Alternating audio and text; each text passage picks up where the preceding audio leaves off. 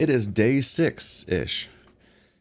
Tyson, I twiddled my thumbs. Is it day 6 or is it day numberless of our unending eternal hell? We live in trauma. This is now we're looping from trauma. Oh no. It's true. Today I made the horrifying realization that Zero Time Dilemma, my least favorite Zero Escape game, even though it's the fan favorite. Zero Time Dilemma? The Zero Time Dilemma is not the fan favorite. Virtue's Last Reward, that's the one. The second one. The one called Zero Escape. The best one. The most explicitly called Zero Escape game, despite them all being the Zero Escape trilogy now, kinda. I think the second one's the worst one, and it frustrates me. It's okay to be wrong, but 500 billion parallel timelines that just it went too far. It went too far, and you can only take so many frustrating, baffling, just irritating endings in a row, and so on, and having to reset back to no knowledge. But among other things, I thought the game just was over bloated and had like serious pacing issues by the time you're actually committing to completing it, which you basically have to do because that franchise is about getting 100% completion to get the true ending and making that all make sense. Because to its credit, especially compared to Password, every one of those endings is supposed to have vital information that builds towards understanding everything. Like that's the premise of doing this kind of time travel story and so on, as you're building. Like I understand the premise, literally actionable information. Yeah, I understand what it's going for. I just think it did it too much. You look at the flow chart for Virtue's Last Reward, and holy fucking fuck, Jesus Christ, why did you do that? Basically. So I looked at my playlist today for that playthrough. And that overbloated nightmare infinite mess that I felt like I played with Andrew for years is 98 episodes long, which is now, we've passed that. Yeah. We passed that.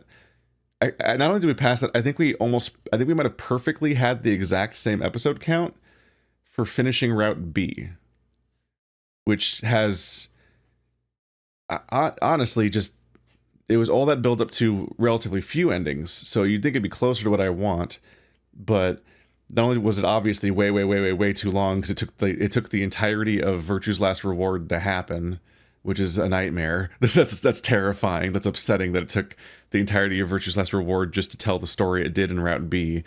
But we learned virtually nothing. Like, we got to the end and there was no like, we're on the moon, or fucking anything. There's a baby in his hat. I don't know. Some kind of weird revelation. Instead, Memphis just shows up and attacks, and the biggest revelation we learn about him is that he's homophobic. What? And then he dies off camera, and we don't learn how he died, so we don't know his weakness. We still don't know why he wants the vault. We don't know how the vault... We don't know why we are here to defend the vault. We don't know why we are being put through a billion iterations to quote-unquote survive this, when the easiest way to survive would be to just not bring us here in the first place. So like there's clearly some kind of thing where we need to be here for some nefarious reason to progress probably Oz's goals or the Master's goals or Roswell's goals. But we haven't learned what that was still. And so like, considering the game is basically split into like 2 major routes basically total, the fact that the Route B it's not a load-bearing route. Like it does not actually contain vital information as far as I can tell. It seems completely optional and pointless. And we spent the entirety of Virtue's Last Reward playing it. And before anyone complains about our rants as being why the playthrough is taking so long, because yes, on some level that is the case. Commentary, being mutually exclusive to the idea of reading a game, will always make it longer every second it's happening.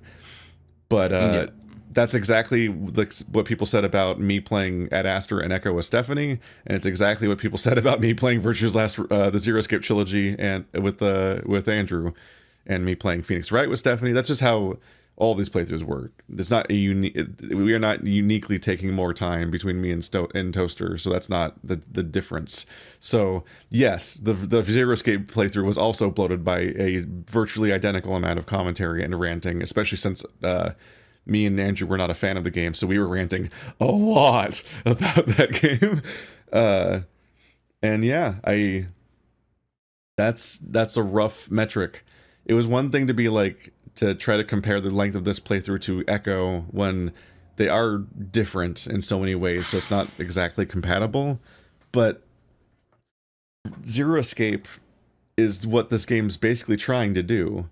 And split across that many timelines, the fact that we got the true ending in Zero Escape in less time than it took to finish Route B of Password, and Zero Escape has gameplay, like Phoenix Wright has gameplay and so on, like, that's wild. That's not similar thing to Phoenix Wright. I think it took us 100 episodes, but in part because I made the last episode like 3 hours long. I think the entire final court scene is one episode just to hit the rounded number and feel good. So this game is already longer than Phoenix Wright, the extended version that has a super long case that's half of the game at the end version, the DS version, and Virtue's Last Reward. So just let that sink in, everybody. I twiddled my thumbs, trying to make sense of it all. Yeah, Dave. Me too. Was this just some huge misunderstanding about him liking me? Or was something else going on? Why now, of all times, what if he was interested? He hadn't made any move that I was aware of, right? Just as I started to overanalyze every conversation he and I ever had, there was a knock on the door. Just gonna ignore it? What? There's a lot of choices in this route, actually. I wonder why. I honestly don't think it's that the route specifically, because we had a lot of choices in the Sal route this early too. It's just that it feels like over the course of the game, Grizz got tired of making branching paths and just stopped making choices. Yeah, like they just disappeared entirely. Yeah. Like I don't know how like impactful these choices are if they just start the next few moments, basically. Like, what the fuck, Dave? You didn't answer the door? Are you deaf? Like, it might be the entire interaction, but yeah, it is startling to have choices so often when I got very used to having 0 choices whatsoever in a game about making increasing numbers of choices. Come in.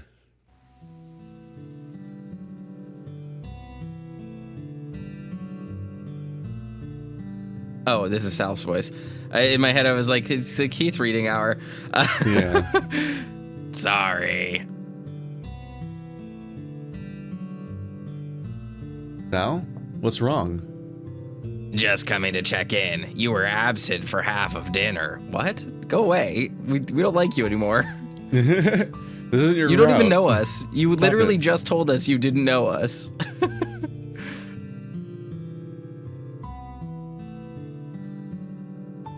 Even if you were sitting in the chair next to me, your mind was elsewhere. What is that? What? Wait, no, we were there?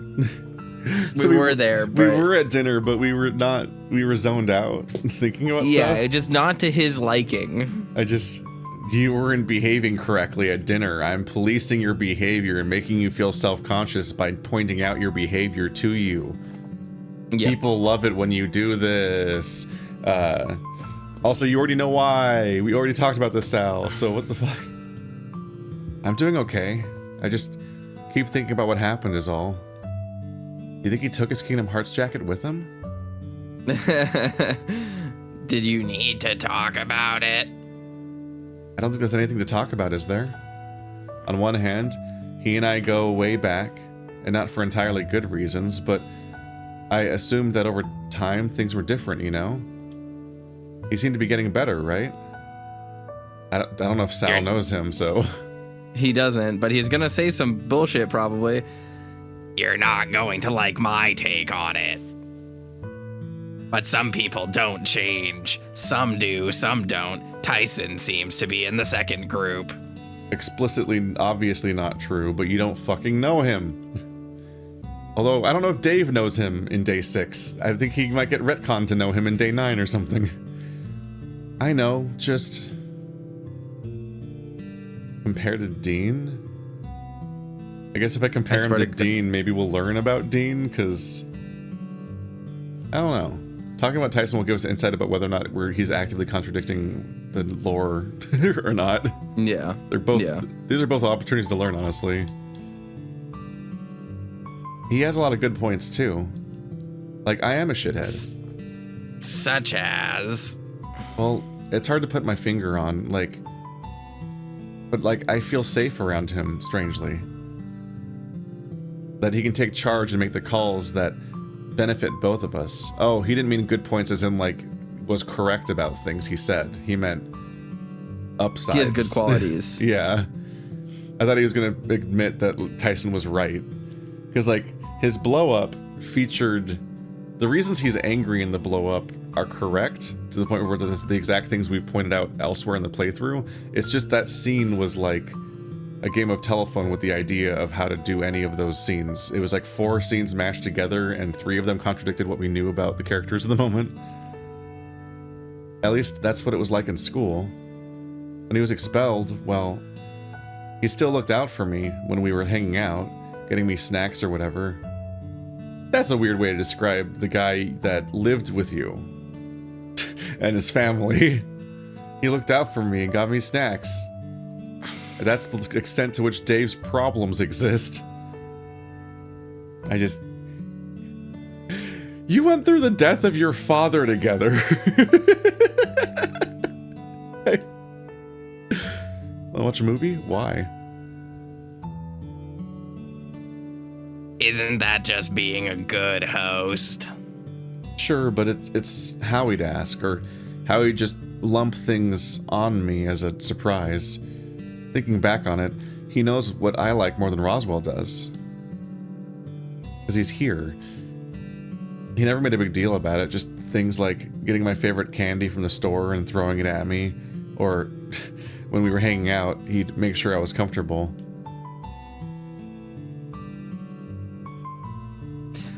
This is probably terrible of me to say.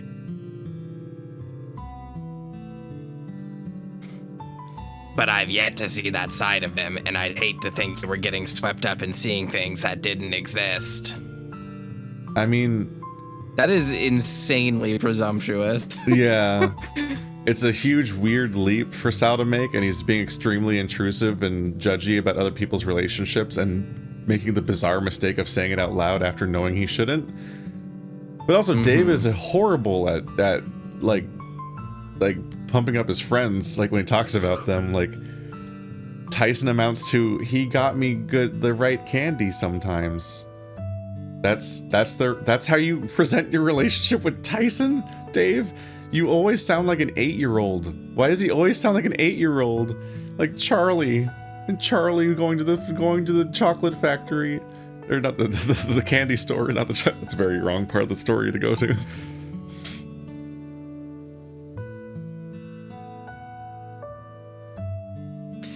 But at the same time, I want to tell you that what you're feeling is wrong. They aren't my feelings to make that call on. Is it worth asking him outright, do you think? Sal seemed to ponder the idea, keeping his gaze averted. I'm probably not the best one to give advice on this. This is more Orlando's territory, I think. Is Orlando Didn't you spend character? literally your entire previous route giving advice on explicitly this? In a way, yeah. He's the one that specifically commanded us to break up with Dean, so that we could then hold hands, I guess. But whatever you decide, I don't think it'd hurt. We'll support you as friends no matter what. You literally told us you didn't know us yesterday. What? Did he? He was like, we haven't spent basically any time together, Dave. I don't really know you. Like, what the fuck? Maybe, I don't remember. I know we were yelling at Tyson for the bizarre way they were acting like they didn't know each other, and I'm like, what? You got? What? Well, I mean, that's the setup with this whole. That was even the setup with the whole Sal route. Was like, we met once, but you hardly remember. Anyway, I haven't had any chance to really get to know you until now. I think like, we were supposed Sal to have been doesn't really friends know since Dave. Then. I do think we were supposed to have been friends since then, but it's so poorly communicated that we honestly don't know what their relationship is besides watching him stand in the rain once. Sure. And then being I'm sure here. they're supposed to be friends, acquaintances since that point at the very least. But what I'm saying is the writing in this story is bad and contradictory. So we constantly get like, let's spend time together. I'm going to ask you questions you ask someone when you're breaking the ice with them the first time you meet them. Which, no matter what the text says, implies Dave does not actually know Sal very well. Most of these people aren't good enough friends to know that Dave's dad died, and that's extremely damning. Yeah. Thanks, Sal. That means a lot. I should go and let you get some rest. I'm sort of tired myself and could benefit from the early night. Yeah, probably a good idea. And you know what? If you wake me tomorrow morning, I'll join you for your morning swim. All right, I look forward to it. Okay, so that's the thing that's hard-coded in, is we have to do that event. I think it's because we have to spend time with Sal because he's about to die. Oh, yeah. So, like, right before he dies, you, like, interact with him for a bit to make any of that make sense. I watched as Sal excused himself, closing the door behind him. It was almost as if a weight had been lifted off my shoulders, and I felt a lot more relaxed having had some reassurance that things on the Tyson front were going to work out today. Okay. That's not what that looks like. That was weird. Huh. Huh. Okay. That's never done that ever, I think. That's just, it always has the black background. Somehow, despite the storm raging outside, I fell asleep right as the worst of it hit. I remember that much, but beyond that, I was out like a light. You remember?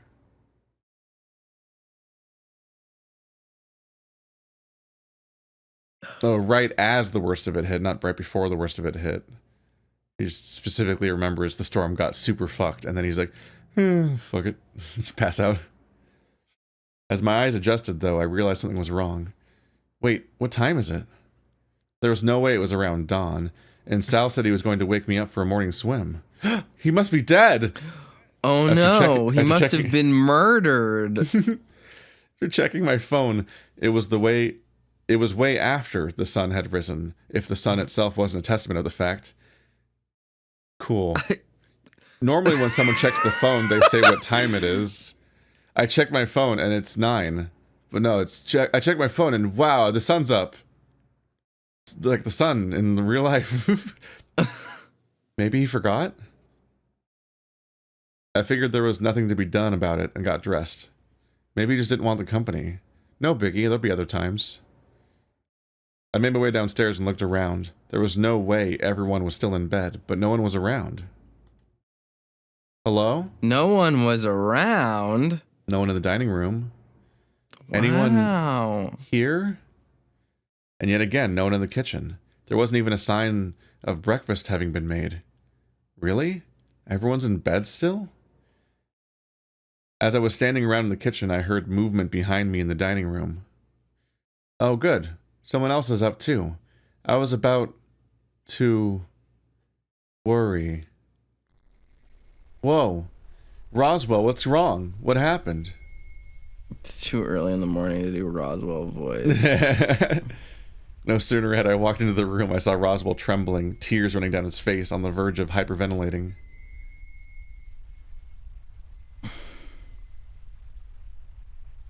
It's horrible. I think I'm gonna be sick. Whoa. Okay, buddy, let's sit you down. I'll see if I can find you a bucket or something. I began to scan the room for anything that could make do in the off chance Roswell's stomach decided to do a somersault. Was it a bad dream or something? Or... Meekly, he looked up at me, almost searching for something before seemingly realizing something. You don't know, do you? I don't know what's happening, actually. I don't think is this a different death? Benson might be dead? Was that one that... I don't know. That was in this one, I don't know. Though. I think originally Dave discovered Sal in the freezer. I'm like, I wonder if different deaths happen in some of these routes. Yeah, I don't know what. That would speak to like a surprising level of like variability based on character routes that then also just disappears seemingly. There was something about how he said that. There's something about how he said that sent a chill up my spine. So much so that it carried its weight down my arms, and I had to shake them to rid myself of the feeling.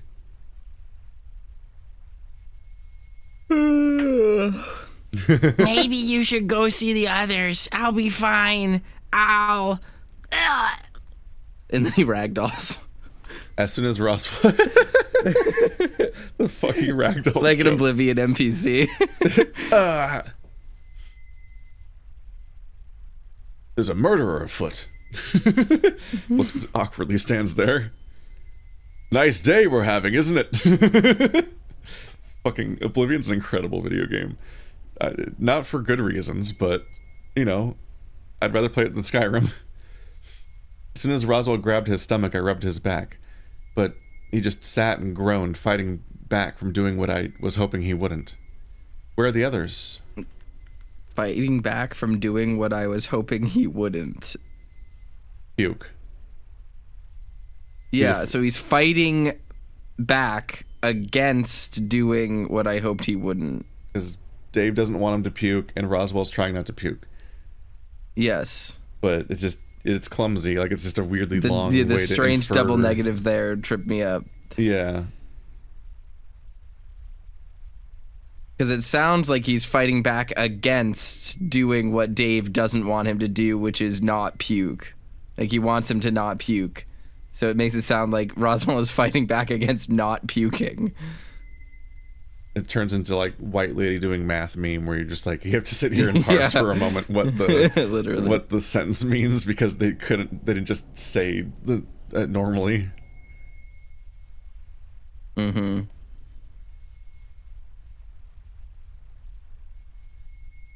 Outside. You'll see them when you leave the back door and head towards the pool. I gave Roswell one last look before I bolted for the back door. What could have caused Roswell to break like that? Sure enough, I headed into the direction of the pool and saw everyone gathered around a spot in the backyard. Hey, what's everyone looking at? I stopped in my tracks as everyone turned to look at me. What? Well, that's different. Mm-hmm. So there's a Tyson's dead route. Does he have half the metal? Is that what he's holding? I don't know. I thought the medals were gold. Yeah. If that's what the medals look like, then I was wrong. I looked at everyone in turn, searching for answers before I looked down at Tyson's body. So many things ran through my mind at once. I felt like I was going to faint. I wonder if your route character always dies on day 7, and not just Sal specifically. All at once I wanted to scream, cry, wake up as if this was all a dream, or some combination of all of them. Why do you write like this? Okay. What? What happened to you, Tyson? I feel caught up in my throat, and I choked, tears already starting to well up in my eyes. Someone grab him. It's, probably better that Tyson doesn't get moved until the police get here, right? Until the police get here? The cops are gonna show up? I'm so stunned by the idea that someone has called the cops and brought them up here, even though they didn't do that. There were so many days to do that, and they didn't before. Oh my god. Yeah, like the fact that it wasn't somebody's immediate... I think that the cops come here during the various bad ends in the early part of the game. In the Benson route, at the very least, yeah. Yeah, but the... like, that wasn't anybody's first reaction to the rabbit. Unless the phone was already out. It sounded like the phone was out later when the road exploded. I don't know. They make it confusing by having Dave pass out for like 48 hours. So there's a confusing time skip. But it does lead to the weirdness where the road blows up 2 days after the attack. So they had so much time to leave, and they just did not do any. They just did not do anything about that.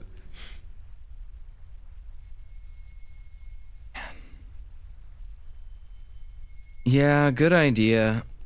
My brain actually hasn't fully recovered from the fact that, like, after a whole game of hand-wringing and uncertainty, Tyson and Benson did just genuinely, no problem, just cross the gap. Yeah.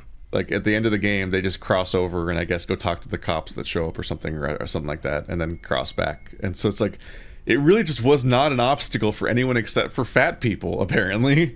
Which, if it was that easy, I can't help but think that fat people could do it too.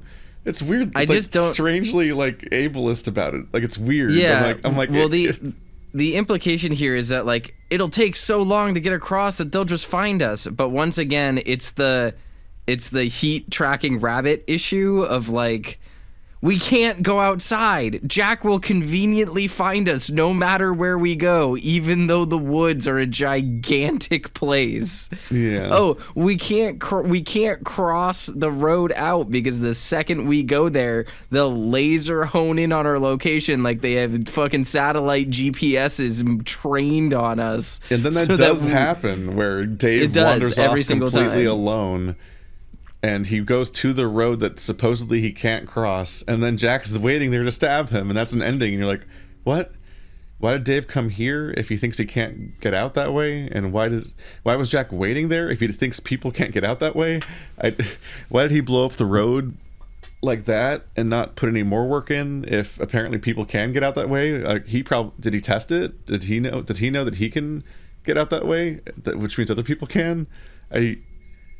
The barriers are so poorly defined, whereas, like, if we're riffing on Zero Escape, the answer is much easier. You're locked in. Fuck you. Yeah, exactly. Like, which is why it was such a revelation to be like having our first bad end with Sal and then just leaving. We're like, wait, this isn't a closed mansion. This isn't. We're not trapped here. We're not in a locked room mystery. Yeah, because we were still waiting for the genre to drop. So I was like, are there zombie dogs outside? Is there a Silent Hill situation where, like, the reality bends and doesn't let you leave? Like, what genre is this? Because surely, for some reason, we can't leave for a very concrete and inescapable reason that's going to trap us here for the story. And then they leave. I'm like, oh. And then that just plants the idea that you can leave for the rest of the game.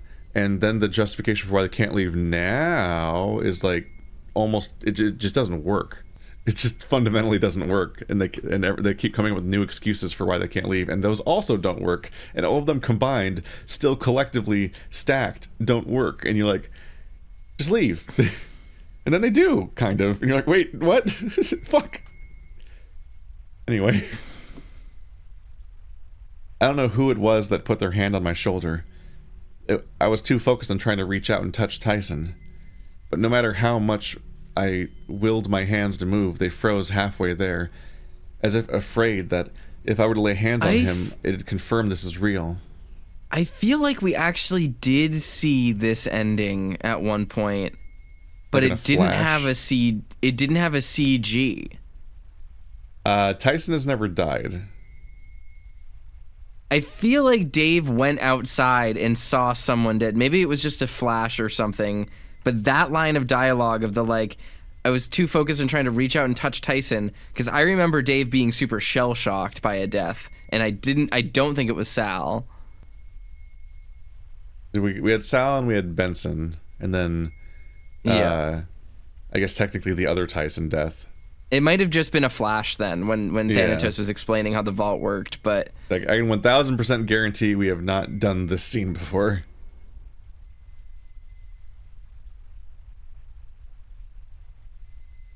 Dave. I looked over my shoulder to see Sal looking down at Tyson's body too, with a 1,000-yard stare. I'm sorry. The more I looked at Tyson's body, the more questions I had. He looked a mess, but how did he get here? Did he die right here after being attacked by... I looked over to everyone present. Was it one of them? I wonder what happened. Whoever did this to him must have been some sort of sick freak. But it still feels so surreal. Like, I've seen makeup and special effects like this, but... Only a monster could have done this. He deserved better. monster. No kidding. That or a wild bear. So there are feral bears. There's just bears out there. Hey, I don't like what you're insinuating with that. Wait, do you not have feral bears? I don't think any of us did it. You included, Dean. No way a bear could do this either. You're sure? Positive. I've killed many people, and it never looks like that. Some of those cuts might pass for bear claws, maybe, but look at his leg. No way he'd escape a bear like that. Maybe it let him escape. Why, though? That's not all, though. On his arm. Bite marks? But they're so small. Right. No wild bear did this. I'd stake my life on it. He's offended on half of feral bears? Why? But how did he die then? I'm assuming that on day 7 your love interest always dies and it's always Jack? And it's this level of implication that it might be Jack might vary? But I don't know. I don't know if Jack's smart enough to lure Sal into the freezer via the hypnosis that he shouldn't know is possible. But there was a knife, which doesn't seem like something that Thanatos could do. Unless Oz was doing it. I guess they could all be Oz, but a bunch of manic, overly vicious slashes and bites, and this one, and then a knife being used to keep the door closed, and the other one all kind of point to Jack just already being here and fucking with people. But it's entirely possible that they just made up a bunch of deaths and never justified them, because we never did find out how Sal died. I still don't think we ever found out how Benson actually died either. Did we? Not exactly, no. Yeah. They went back. I mean, they went back to investigate it 2 weeks later and still didn't actually come up with an answer.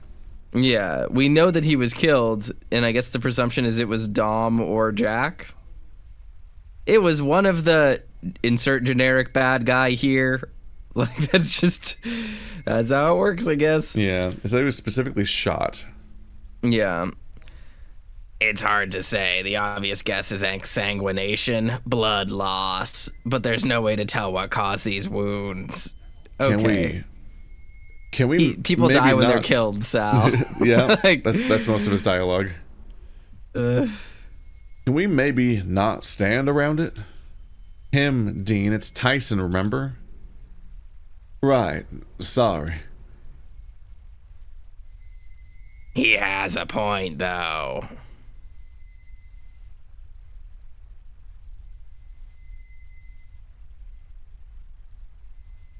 The longer we look, the harder it's going to be to process, and maybe we should cover him with something until the police arrive, just in case. Oh, sure. I peeled off my hoodie and knelt down next to Ty. If it wasn't for all the blood, he could have just been sleeping, but my eyes kept tracing the long marks across his face and the shredded clothes still on his back. Hey, what's he holding? Didn't want to touch anything just in case the police yelled at us for messing with the crime scene or whatever. Investigate. I'm a crimer. You're a crime boy. Ow. Curiosity got the better of me, and I gently pried Tyson's finger away from what he was holding. My breath caught in my chest, still feeling him a little warm. Or maybe it was just me being hopeful that he wasn't really gone. It's a medal. The hell? A medal, like the one Orlando found. How is this going to help us in other routes? How is this going to help us get the medal in another route? I have no idea. I don't see... Logic would dictate that Dave goes and gets all of the medals, but I don't know if that's even the case. I think that you just unlock the medals by encountering them across the timelines, and then Dave can just get the true ending now. Because, like, you don't walk around or anything. Like, it looks like it, yeah. I wonder where he got it from. I wonder. Oz, how long did the cops say that they'd take and get him here?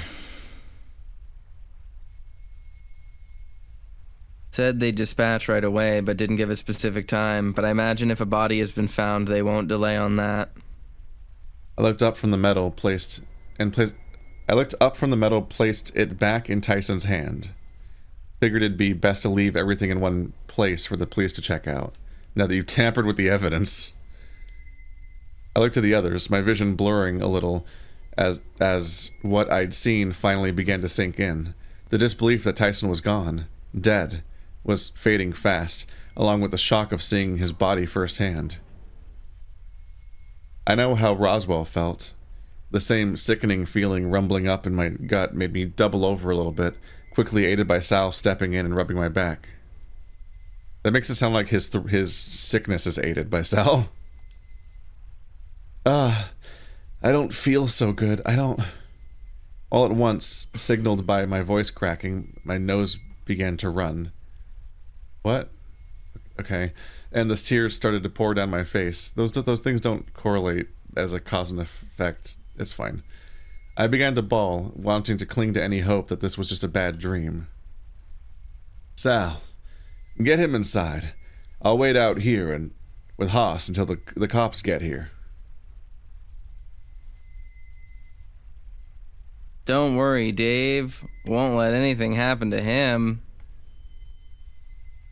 Not that I really had a say in the matter, but Sal guided me inside, turning towards the dining room. Grow up in here. It's where we eat. I was sat down next to Roswell, and Sal sat down across from us, keeping his eyes elsewhere.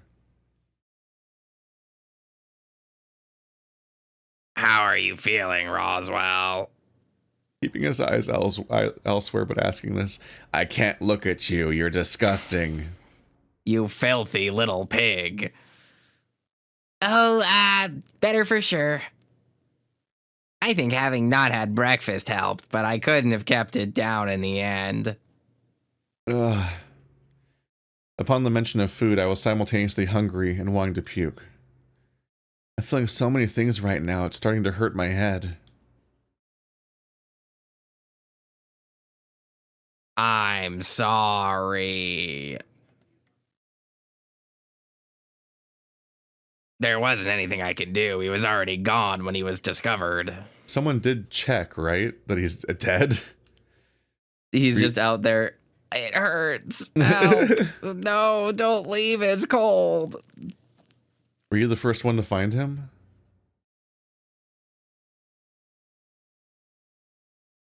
Yes. You weren't the one who... Right? No.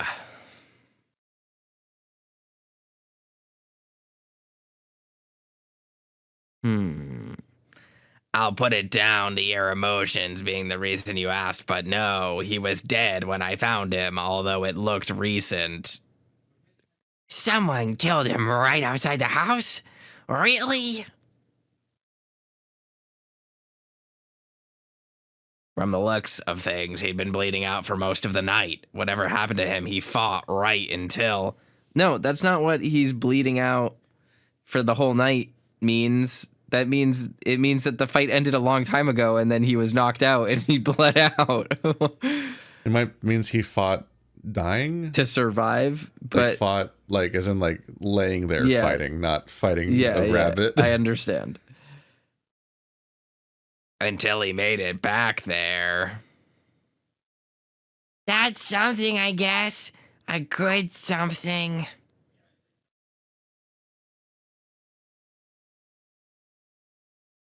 That he fought until the end, I mean, and he came back here too, so...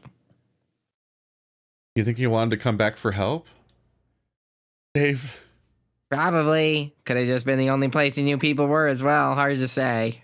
That's the same thing. Those mean the same thing. We sat in silence for a while before I noticed Sal looking around with a frown.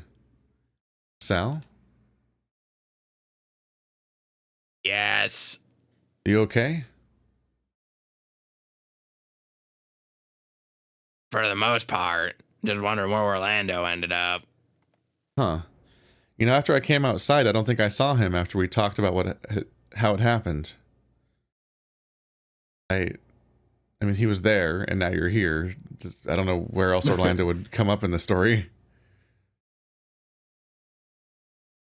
Oh, he left without telling you? He came in a little while ago, Dave. Said that he wanted to check something downstairs.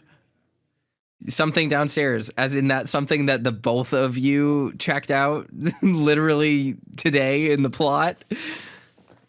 Okay, so Orlando explicitly uses the vault in this timeline. Downstairs in the gym. Or the vault? You don't think he's... Wouldn't hurt to try, right? Well, I don't think he's going to be opening it, but it might be worth checking in on him. He looked as pale as I felt when he came by. All right. I'll go check it out. Either of you want to come? I'd rather sit here for a bit. I need to digest what happened. This is a little odd because, yeah, like none of them have a reason to correlate the vault with murders yet.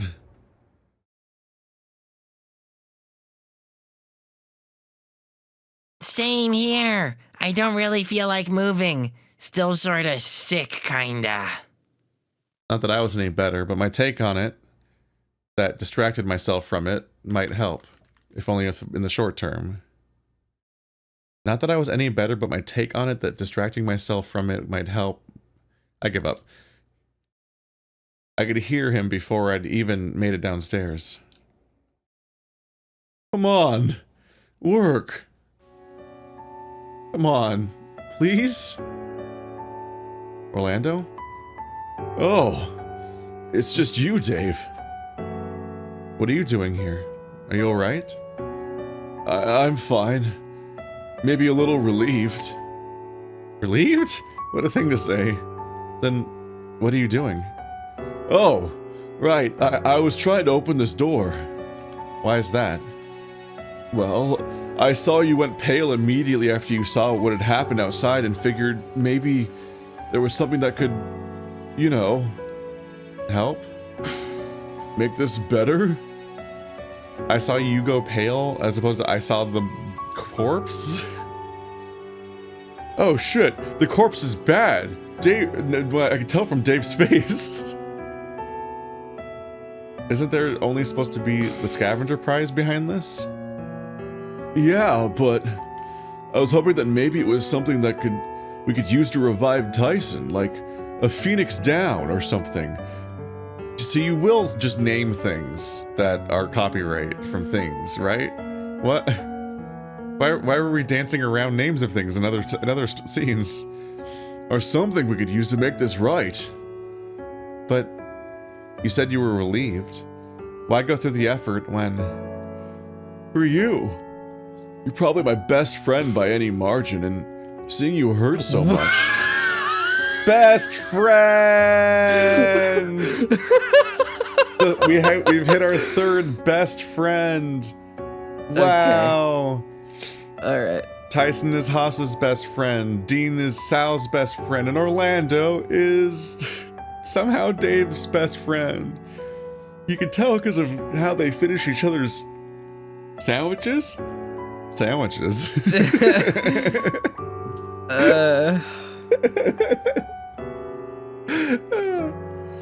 He really did only consider that Tyson's death was bad when Dave looked sad. Like, what a weird thing to say. Seeing you hurt so much, almost breaking in an instant, it hurt my head to watch.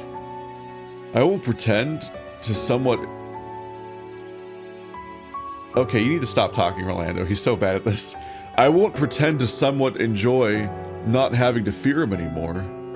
What? Jesus Christ.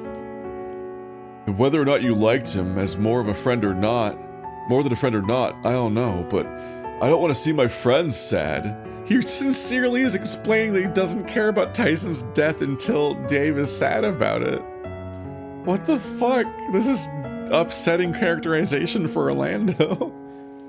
who I'll remind you once again, Orlando and Roswell do not even act very weird when Tyson shows up at the beginning of the game, which I guess was emblematic of larger writing problems throughout all of the game, but at the time that stood out as strange.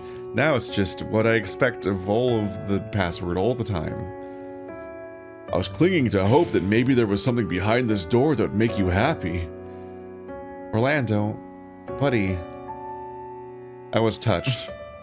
That's one way to put this. Drained, but touched all the same, that he'd want to help. He and Tyson hadn't really ever had one interaction that wasn't mutually friendly, and yet despite that, here Orlando was hoping for a way to bring him back to life. He and Tyson hadn't really ever had one interaction that wasn't mutually friendly. Doesn't that mean that they've always been friendly? Isn't that what that sentence means? Hadn't really ever had one interaction that wasn't mutually friendly. That means they've always been friendly every time they've ever interacted. Wasn't Orlando just like, I'm happy he's dead, but I'm sad that his death makes you sad? And he talked about fearing him, but in this sentence, they're just saying they've always been friendly all the time and have gotten along great, essentially. But despite that, he's trying to bring him back to life. Like, what do you mean despite that? They got along great, apparently. I think that's what that says, right? Like, he's like tripping over the so many negatives that he's saying the opposite of what he means to say, I think. He and Tyson hadn't really ever had one interaction that wasn't mutually friendly. Yes, you are correct. It is in fact doing that. Yes. I mean, it's like, I'm just gonna keep repeating until a toaster listens to me. I am listening on this math. I am listening. I'm like, help. I am listening. It's 11 in the morning. I woke up at 7 after going to bed at 4 a.m. I am tired, and it takes a minute for me to catch up when the game is this nonsense. It's this nonsense. No, but how does nobody ever say anything? Or does he ignore all the feedback? People must just not be saying anything. Because, like, this just doesn't make any sense. Like, immediately. And it's the basis of the characterization and interactions. I think more than anything, I could just use a hug. In a flash, he was holding me against his chest, cuddling me close. He always gave the best hugs. Something about how dragons run naturally warmer. But more than anything, just having that tight squeeze both made me feel better, but bring on the crying again. You can't cry, Dave. That's the point. Dave, you can't cry. The plot is you haven't cried since your dad died. You're not allowed to cry. You can't have scenes where you cry. That breaks the story. Oh no. Oh no. Oh no. None of this was planned. None of this was planned. It's stream of consciousness. He just makes stuff up as he goes. You can't cry, yes. Dave. You're not allowed to cry. That was the whole point. At the moment I write a scene where Dave has never cried before since his dad died, I then Control F the word cry and look for mistakes where I accidentally made Dave cry, and I make them suspiciously weird from how he doesn't cry, and highlight that to foreshadow that later revelation. I don't leave scenes in where Dave cries, because then, oh no. As I also just, it's just weird to explain that he's feeling better. Great. As I sobbed into his chest. He's crying so hard. The guy who never cries, specifically until day like 12 or something. He stroked my head, trying to calm me down. Soon enough, the police came, questioned all of us, took the body away. A week later, we had a funeral. We were only at the mansion for the rest of the day before Benson arranged transport back home. Not sure who spoke to him about it, but he was on the money about us wanting to get out of here. Yeah, obviously, there was a murder. I'm just a little confused about Benson not contriving a reason to keep them here. Because if anything, it sounds like he's so dedicated to this path that all these early bad ends shouldn't end in us leaving, except for the ones where he's dead, because it seems like he's really on a mission to keep us here. As far as I heard, none of us were being charged with killing him, which was a relief that all my friends were innocent, But the only ones at the funeral were Roswell, myself, and Sal. Roswell? Okay. Orlando couldn't bring himself to go. Both Dean and Haas wanted to just put the whole thing behind them. That's rude. It didn't seem there were many there. I don't think I even saw Tyson's dad, despite them living together. I would just say despite him being his dad, but okay.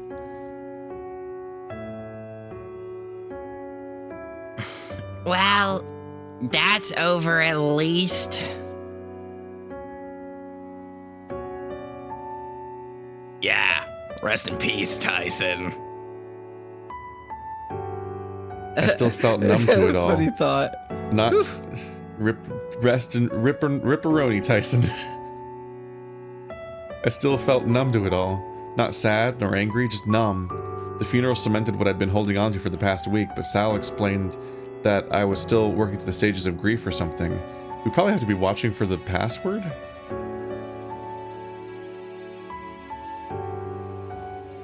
Oh, right. I was meaning to ask Roswell, who were you talking to?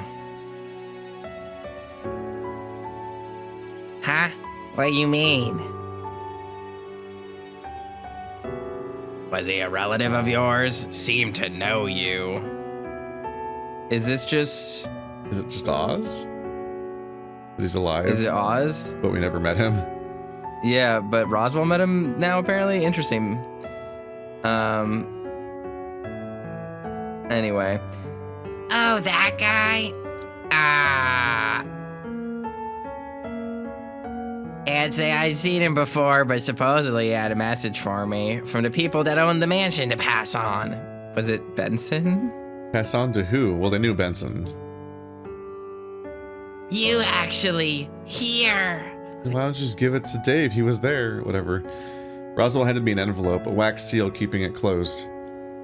Aside from that, it was blank, with no addressee or return address. Is it gonna have the password on it?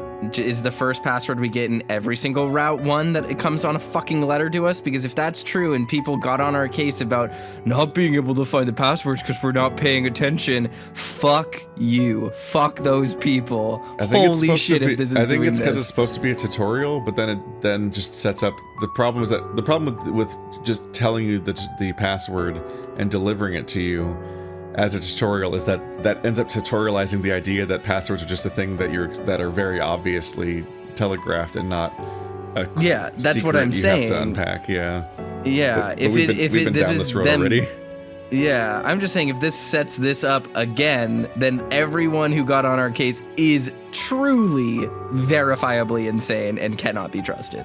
Well, yeah, that's just the average Let's Play comment. Like, it's just Yeah. whenever you're wrong about anything on camera, everyone's like, but obviously it's this. I'm like, congratulations, you already know the answer, so you can instantly backfill the answer, and you're skipping over the actual lived experience of people that don't know the answer yet and aren't able to, like, you're like not like empathetic enough to be able to put yourself back in the shoes of someone who doesn't know it and parse how weird it is to unpack it. Yeah, my take is that it's not even that. It's not even that they're being unempathetic and putting themselves in their shoes. It's that they literally just understand what happened to themselves incorrectly because the game is setting up a deliberate pattern. No, that also happens. Absolutely. Yeah. Like every time People I play are a so Zelda fucking game, stupid. people leave really stupid comments like, what the fuck? I did this in my first try when I was a kid. I'm like, no, you didn't. No, you didn't. I mean, even Just if you because did as a kid. just because you remember beating it as a kid doesn't mean you were like a master gamer as a 5-year-old. Like you just vaguely remember the game and have like everything got blurry since then. And since they've played the game 300 times since they were a kid, they don't remember how they like learned the information, so they don't understand how to watch somebody figuring it out for the first time. It's all that stuff. It's just the basis of having a Let's Play channel. You just get to deal with that all the time.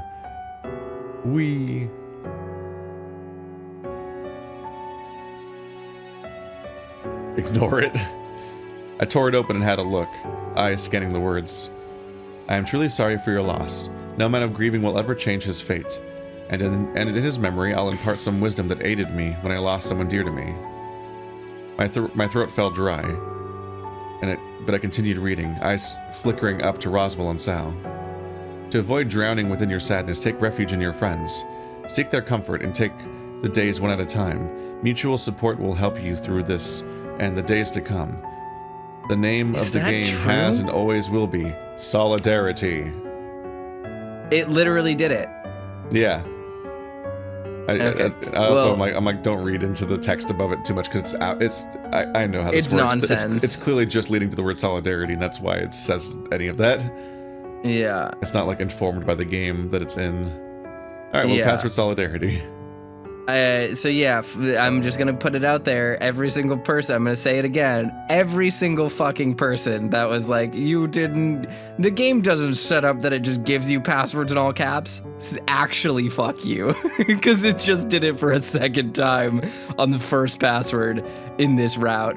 So people, seriously, fuck you. Holy shit, that makes me mad.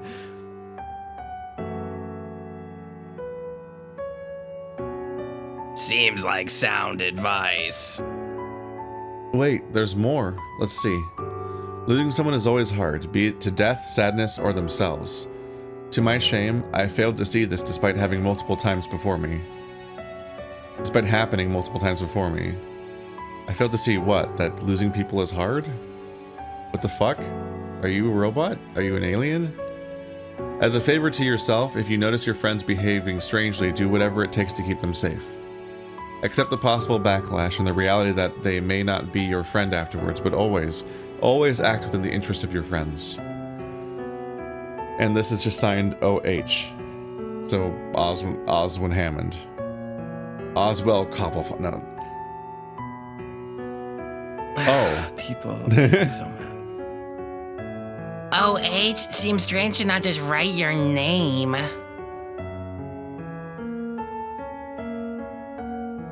Still, the thought behind it seems nice, if a little clinical. That's Okay. quite a thing for you to say, Sal. I have two questions, though. For one, why send this? Talking about friendship is nice and all, but I know this, at least I think I do. I'm pretty selfless, right? I think so. You literally, no. But also, Just why no. is this word underlined in a different color? What word? Solidarity. It's a good word. Sums up the message well enough. Okay, so they're literally not only did they give us the word in all caps for the password, the obvious password, they're literally explaining that this is how passwords are given to us. What are you? It's literally underlined.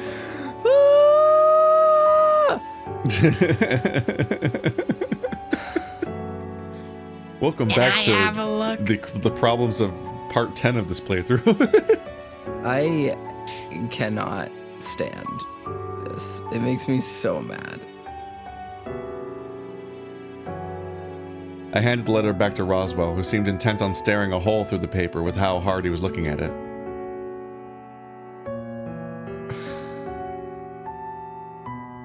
Solidarity. I wonder. Roswell? Oh, sorry. I was just thinking about things there for a moment.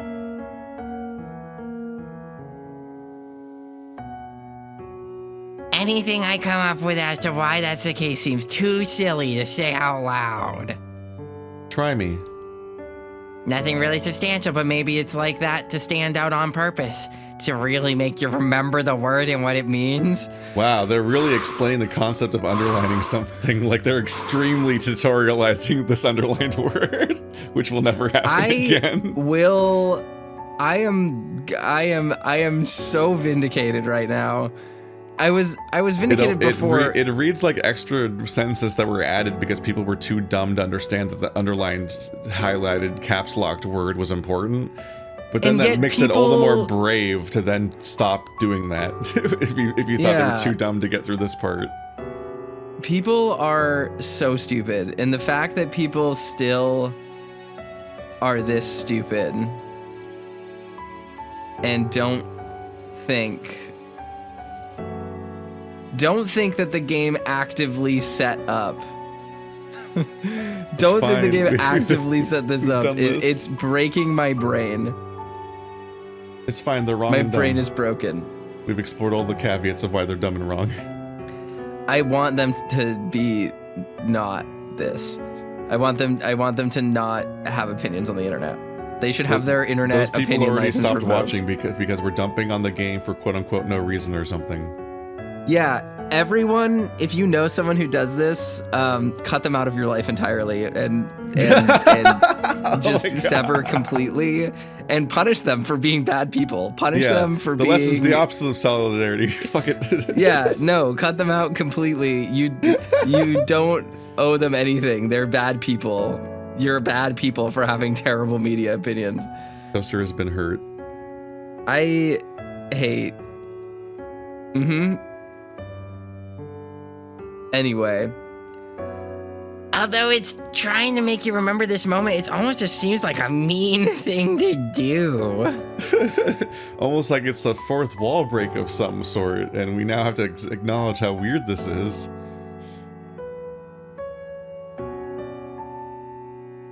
Don't doubt the good intentions of others, Roswell. Death is hard.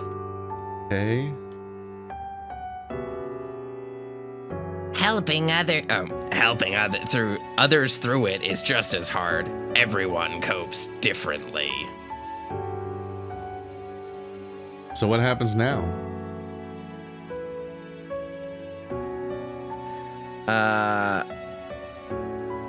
Not sure. Probably go home, try to do something to cheer myself up.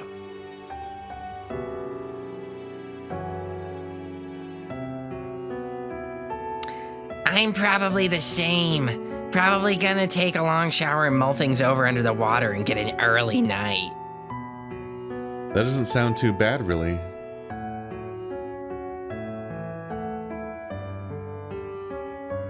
Dave.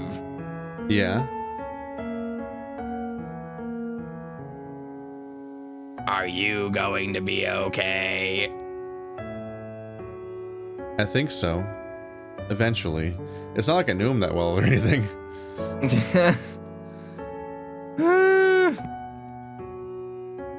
Call on us anytime. If it will help, we'll be there for you. A couple weeks went by, and I fell out of touch with Roswell. Apparently he had moved away again. Dean and Haas were the same, having moved away.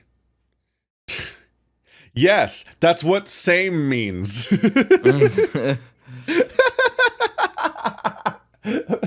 God damn it. Okay. Sal was the only one I still saw at work, and occasionally we'd meet up and go see a movie. Things weren't the same, but they got better over time. I made new friends, but I never forgot the old ones despite them being nearly impossible to reach. They're on Earth! I mean, Roswell's dead, but... Bad end, Tyson. Resonate? Yep, there it is. So we're back here. So, before I cut it, yeah, they definitely wrote this linearly and didn't plan things out. Yes. Or, at least that's correct. That's the charitable read, because you have to be a much worse writer to have planned this out and not be indicating it at all. Because Dave's world should have just shattered, and he just like is kind of sick that he saw a body of someone he knew from high school, and he's like, I guess I'll get over it. That's the extent of his emotional response to losing his like sworn brother, who he went through the death of his own father with, and is the person he's most like codependent on as a person, essentially. Like, he has the strongest emotional bond with Tyson out of anyone on the planet, basically, because his mom's like absentee and detached, and his dad's dead, and like he's deeply bound to Tyson. And that is that was not written like somebody. That was not that character. Dave was not just written like somebody who has that relationship with the person that he just found dead. So I can only assume that he literally just hadn't thought of that story yet, because otherwise, it's really worrying that you'd write that way if you knew that's where this was going, because it doesn't fit. It makes Dave, it breaks Dave's character. But I mean, he's also crying when he's not supposed to be able to cry. So yes, it's just it made it up as it goes along. And that's just rough. That's rough. You can definitely it has all the symptoms of like fan fiction that's written in like that's like released in chapters and you never go backwards because you're like feeding a live audience and so on various websites. Well, did this ending resonate with you? Solidarity. It gave me nausea. Oh, it's right. Skipping breaks the password thing. That seems like an oversight, given that it's going to be what you're doing the moment you've beaten the game once. But if fast forward is active, you can't hit enter to enter your password. It's weird. What? I hit enter. Oh. Alright, give me a minute. We'll troubleshoot how to interface this controls. There we go. Alright. We got there. There was a moment's pause before the LED panel flashed vividly. In the next moment, my head was pounding, ringing with a high-pitched squeal that seemed to come from the walls themselves. It didn't sound like an alarm, but it was assaulting me, as if I'd done something wrong all the same. But then a picture began to form in my mind. I felt my stomach lurch, and I buckled to my knees. Oh, unrelated. The hell? Tyson? Whatever had happened in that thought, it looked ugly. Like he'd been mauled by something aggressive as all hell. He was outside, at least. But where? When? Was this even real? Then all of a sudden it was quiet, and I was on my back, laying just before the vault door. What had compelled me to come down here anyway? All I got from it was a headache and a jump scare from my own brain. Ugh. At least I'm awake now. As I rubbed my head and wondered what it was that I saw. As I rubbed my head and wondered what it was that I saw. Period. Alright, just delete as, I guess. Was Tyson in danger? He couldn't be, right? Just some freaky hallucination and nothing more. I rubbed my head and... he just keeps doing it. I rubbed my head and went back up to my room to get changed before heading back down for breakfast. By the time we'd all assembled in the dining room, Orlando went into the kitchen only to bring us out breakfast. You know, you really don't have to cater for us. Oh, I know, but it's fun. I promise this won't last the whole month. Although I do wonder if people are going to be upset if they have to settle for cereal and toast. Alright, this is new. Work out with Tyson. Okay. Didn't know I was spotting for a bitch.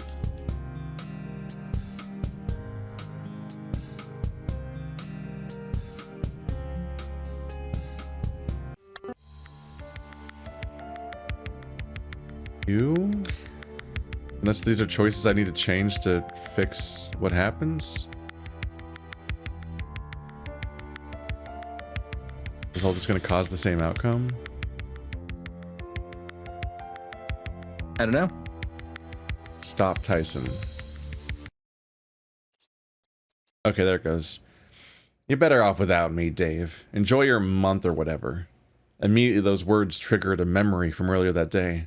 The mangled corpse of Tyson. In the morning, outside. Mauled and battered by who knows what out in the forest. Or even worse, one of us in the house as he returned to get his things.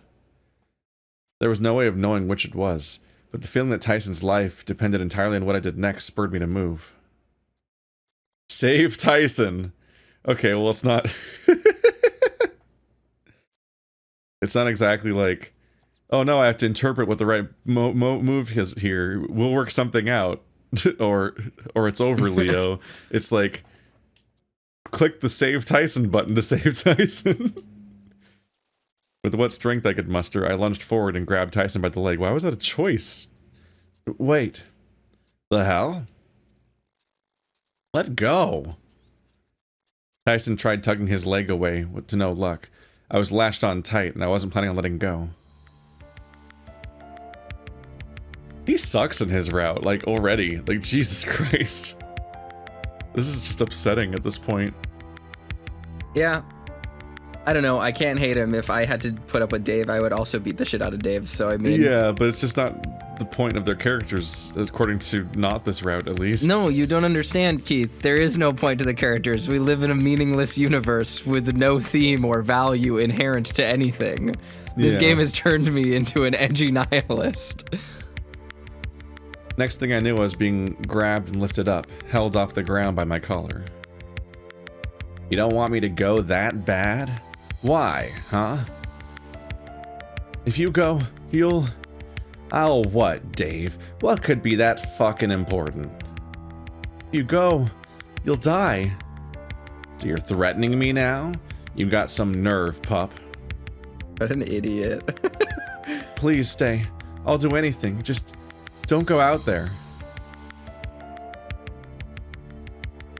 Tyson dropped me back to the ground, glowering at me as I picked myself up. Anything, huh? Anything. I was desperate. It was worth the risk, wasn't it? Part of me also didn't want to get punched again, and so far that wasn't happening. I don't like this. I don't like where this is going. Content warning? Yeah? No, we love where this is going. This is good content. We officially endorse this content. All right, I'll stay on one condition. I want your virginity. Oh my fucking god. 1, presumptuous.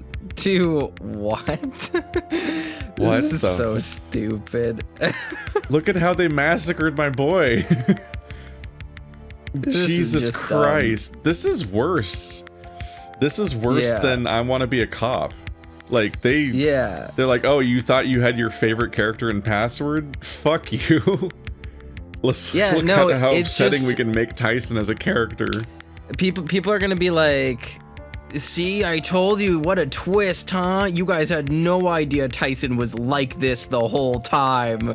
But in truth, Tyson wasn't like this the whole time. He literally just was not this character. Yeah, he was literally a different character when it's not his route. And nothing has happened in this route to justify him acting so differently. Like, it's wild. I think the logic here is like, see, he thinks he's unforgivable, so he's doing unforgivable things. This is how he'll prove to Dave that blah, blah, blah. Like, it's trying to play up that aspect of his trauma, but it doesn't land at all because it's just bad writing. It's just bad writing. That's all it is. Like, there's nothing about this that is particularly compelling or interesting at all. I want your virginity. What a fucking line. Like, what? This was a porn game, I guess. Remember that. Never forget. Jesus Christ. Tyson's just ruined. Like, the moment I realized where the scene was going, it was so much worse than everything else happening in this route so far. I'm like, oh no, they've destroyed this character. Yeah. Yeah, they did. They killed him. They murdered him for fun. This was fun for them. Jesus Christ. Like, even if you're like, no, this is the real Tyson, that means that he's poorly written in every other route. I mean, it's not. He clearly is more coherently written and not an insane person in all the other routes, and is unhinged here.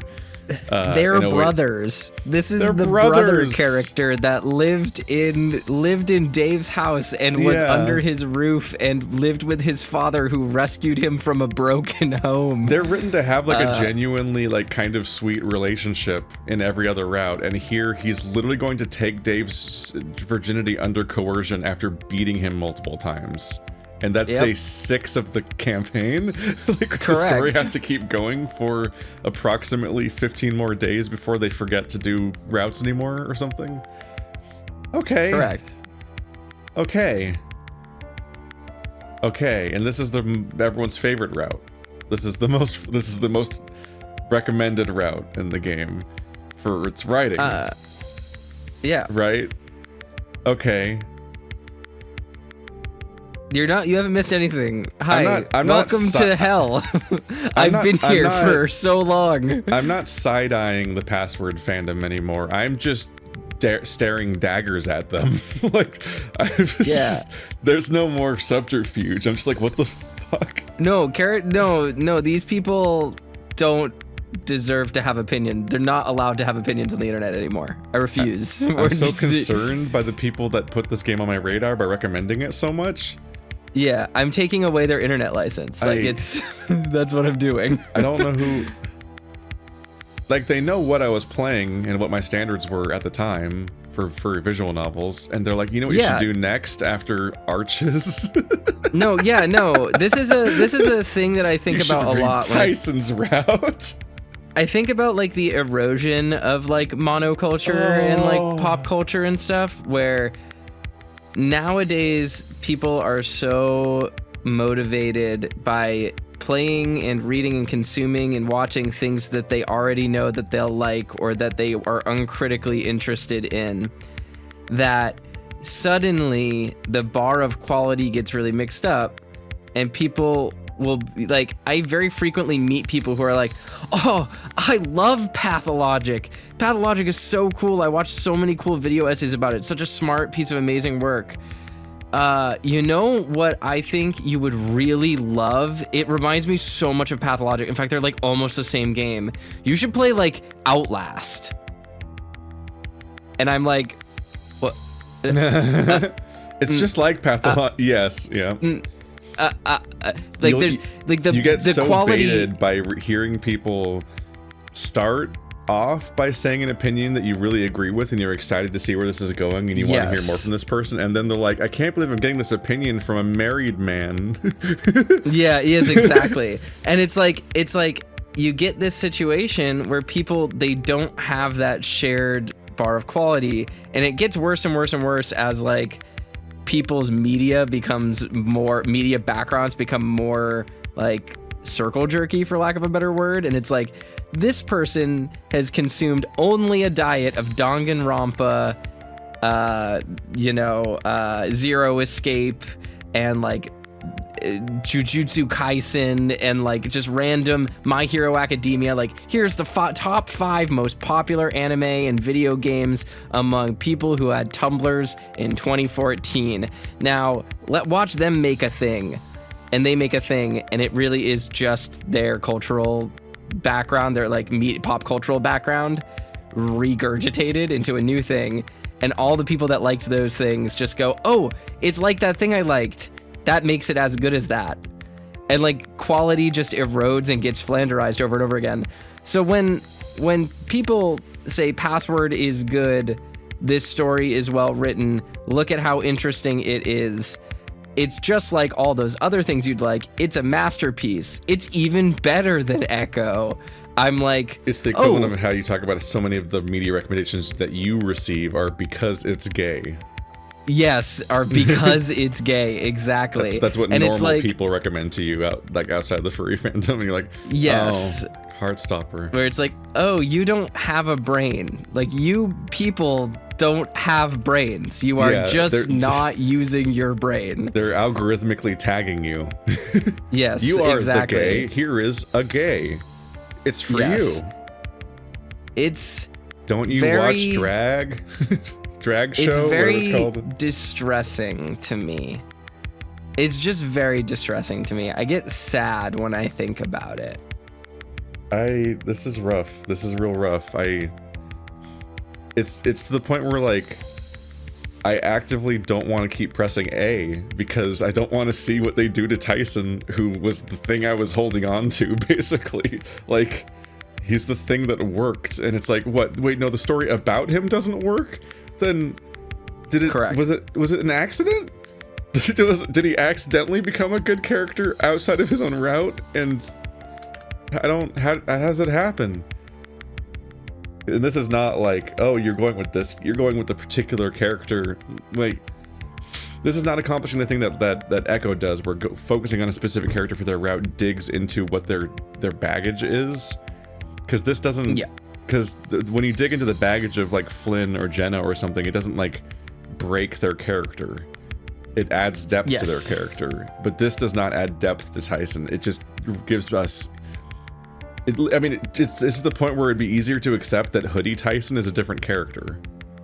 This is the evil Hoodie Tyson, and this is Tyson with a goatee. Yeah, yes, exactly. And like the Tyson in a tank top is regular good Tyson, and You can even tell because when he puts the hoodie on, his shirt changes color. It's not even the same shirt.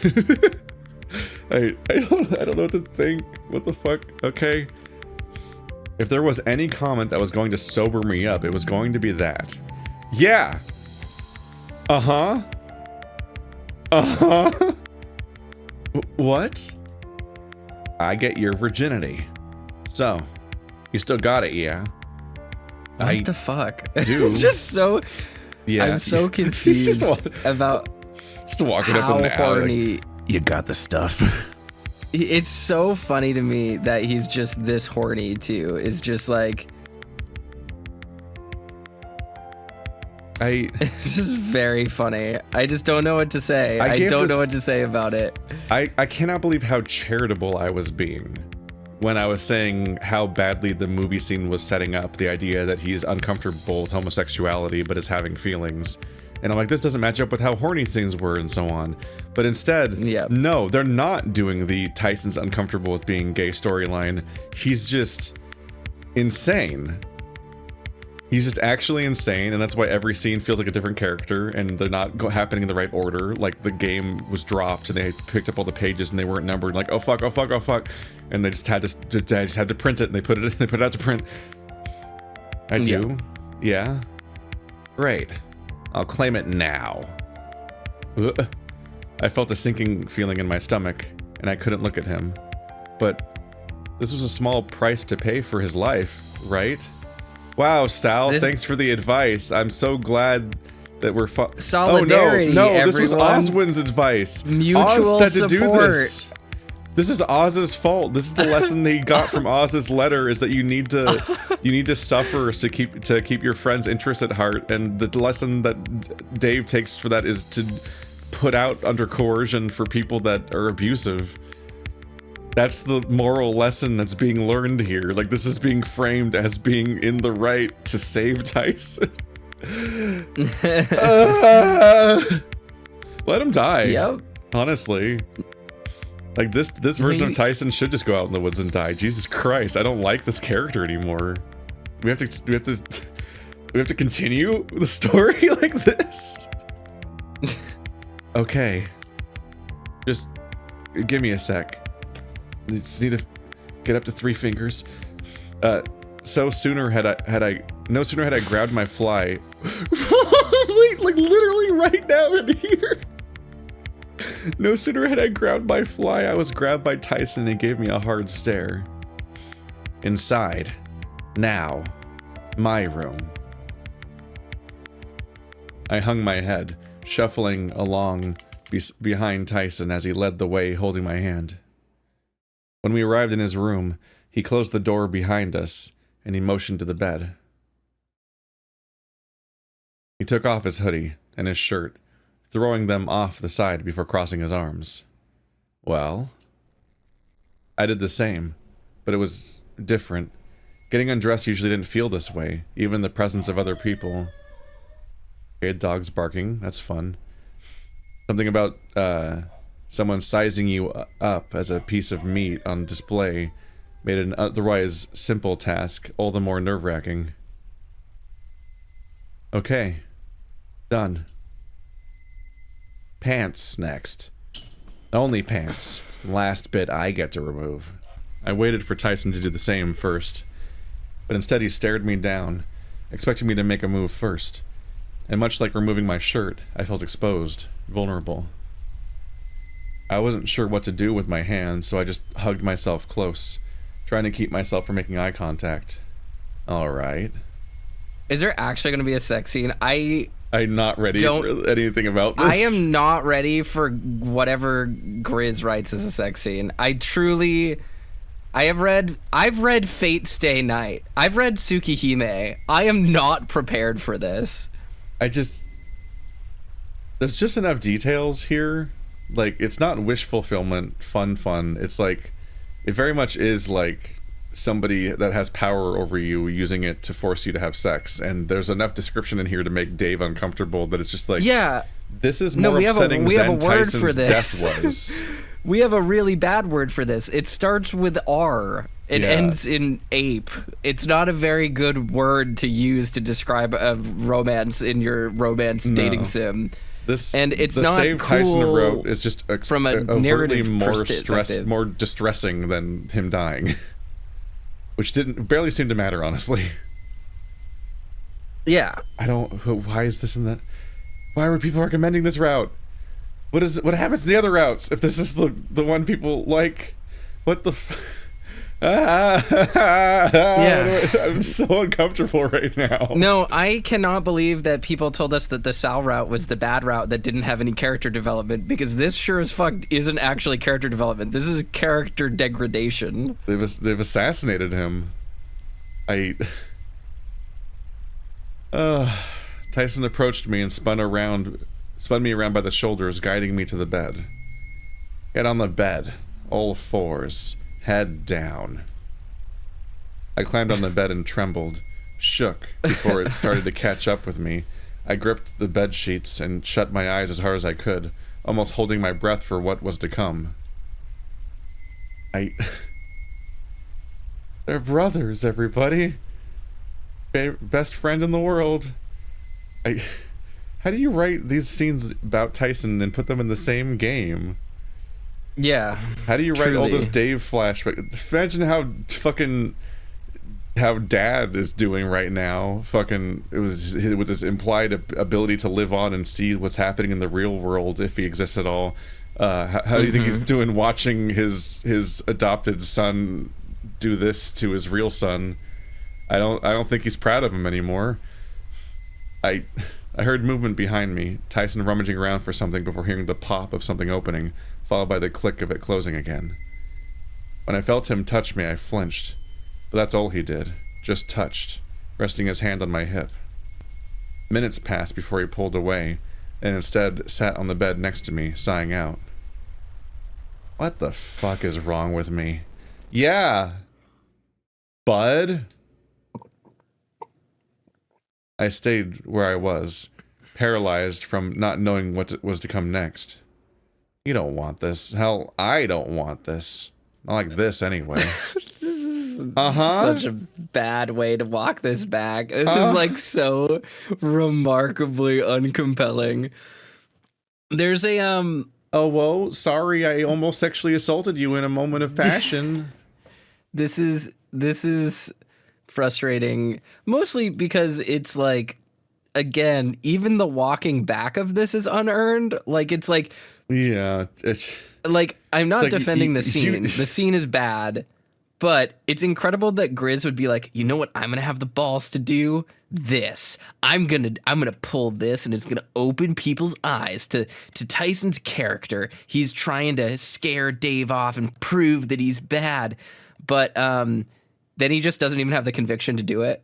It's just like, that's just pathetic. This is pathetic. This is bad writing. It's also just like, Tyson, Dave he was already receptive to your advances, you weirdo. Like, what the fuck is this?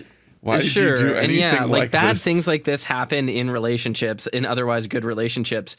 The issue is that this doesn't fit the writing. It usually doesn't take the form doesn't usually quite take the form of get down all fours, head down, or I kill myself. This is how I say you save me. You want to save my life? It's just like, sure, dude, whatever. Jeez. Holy smokes. Yep, there it is. And I'm not about to rape you either. Just everything's so you fucked. Were. What the fuck are you talking about? What the fuck? Why is this? Why? That was enough to bring me enough agency to sit cross-legged on the bed facing him, watching to see what would happen next. Bring you enough next. Agency? What? Does Gris not know what agency is? I don't know anymore about anything. How's your nose? I touched it and flinched at the sudden sting, pulling my hand away from feeling it slick with slowly clotting blood. Hot. Fine, I think, just sore. You see all right? Yeah, I think so. Dave, look, I'm just... He sighed out, shoulders slumping. Oh my god, it's doing the doing this. Shinji over Asuka I'm so fucked up thing. Is that what it's trying to do? I fucked up. Saying sorry doesn't feel like it'd cut it either, you know? We could fucking start. Well, yeah. We sat in silence for a bit, Tyson keeping his eyes locked to the floor. So, what caused all this? Nothing. Yeah, right, nothing. Spill it. Okay. You win. I don't do too good with the feelings talk, yeah? Much rather do or show than just talk about it. I don't really want to be punched again, but the gym is just downstairs if you need to burn off some steam. Nah, no, just give me a minute. He breathed out again before shooting me a firm stare, holding my gaze and shuffling closer. Why do you put yourself out for me? What? Answer the damn question. Oh, what? What? What a strange choice, in part because I don't know what the truth or the lie is. I would like to be able to extrapolate based on having played it and beaten the game already, but I can't confidently say what Dave says here because he doesn't seem to be written to be the characters that we know. It's incredible. Prove? I don't think you're that bad of a person, not deep down anyway. And we're friends, right? I gulped, nodding slowly, watching as Ty's facade began to crack. It's what friends do for people they care about. Tyson backed off, stretching. So much that you'd just hand over your V card just because I want it? Given what was at stake, yeah. Yeah, bullshit. Although you've got balls, I'll tell you that much. I mean, Tyson doesn't know what was at stake, necessarily. Do you want it, though? Tyson flicked his gaze my way before looking off, visibly uneasy. If I wanted that bad, you'd either have my dick in your mouth or be biting down on a pillow with my dick in your ass. Cool. Then why ask for it at all? Look, I'm no queer, right? Huh? End of the day, a hole is a hole, yeah?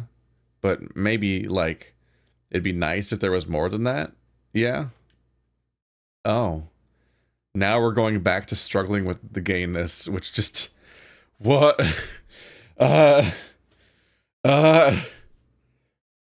don't know. I guess it makes sense, but... Now hold the fucking phone.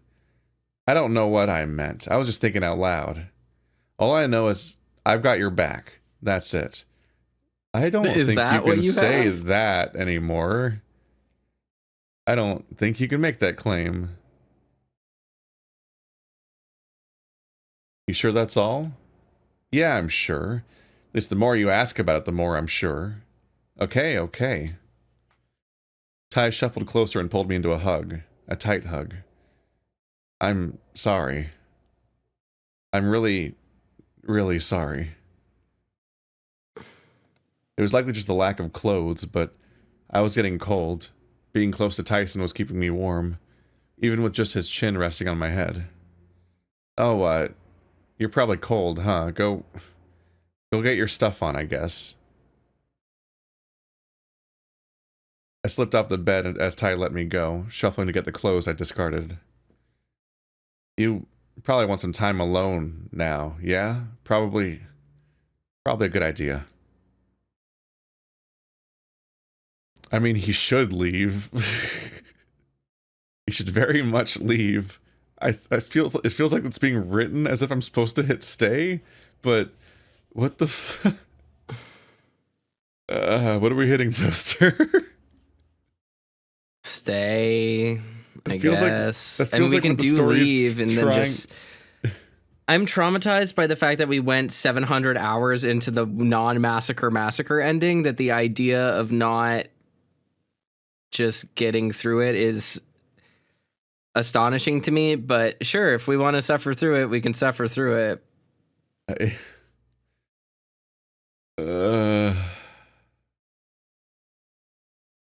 I'm like shell shocked right now. Yeah, it's bad. But if I wanted to stay, I could. What? I mean, unless you don't want me around. No, that's not it. I just figured you might not want to be near me before. Yeah. Look, what you did was the worst thing you've done so far, by a long mile. No rational person should stick around with someone that punches them for any reason. Uh-huh. Let alone putting in a situation where they're coerced into anything sexual. Okay, this is a level... Dave is a different character right now. This is not how Dave speaks. No. This isn't such, like, specific language that when Dave's normally like, bad things are bad. Yes. Now he's talking about sexual coercion explicitly with those words? Yeah. What makes you special? There is not a single character in this story that has, like... a voice. Yeah, it's just whatever is convenient at the time. Jesus Christ. Sure, let's see how bad the romance story gets. Because I like you. That's not funny. Tyson sighed out, getting up off the bed. I think I'm just gonna have a shower and hit the sack. I have a lot to think about. Already starting to get a headache. Oh. Alright. You gonna be okay? Be asking you that question. No! You shouldn't, Dave. You are the person who went through thing. Yeah. Yeah. Yeah, I'll be alright, pup. Just have a lot on my mind. But if you want to chat some more later, shoot me a text first. Right. He came in close and gave me another tight squeeze before stepping back and heading into his bathroom. Me, on the other hand, put my shirt on and sheepishly left the room, heading to mine with my tail between my legs. So all those choices were fake? They must just collectively decide whether or not to continue the romance, maybe, if there's any variability, but, like, the scene still doesn't continue. Luckily, I didn't run into anyone between Tyson's room and mine, and rather than putting my pants back on, I dumped them on the floor and got under the covers. 5 minutes later, I rubbed my nose the wrong way and remembered that I had been bleeding earlier and took a shower. By the time I got out, I felt refreshed, clean, and the sound of distant thunder made me realize that we had a storm coming. Okay, so now back to the funny murder mystery thing with Oz and the secret library. Uh-huh. Something about laying on my own bed felt off. I kept imagining myself on Tyson's bed with him nearby. It's normal to fantasize about the person that did that to you. That's a normal thought. I mean, that having, actually Dave. is surprisingly a common thing. Are you saying this is research-based? No, I'm just saying, you shouldn't shame sexual assault victims for having complicated feelings about their sexual experience. Right. Not saying that's what you were doing. I'm just saying that is actually a thing that happens for one reason or another. But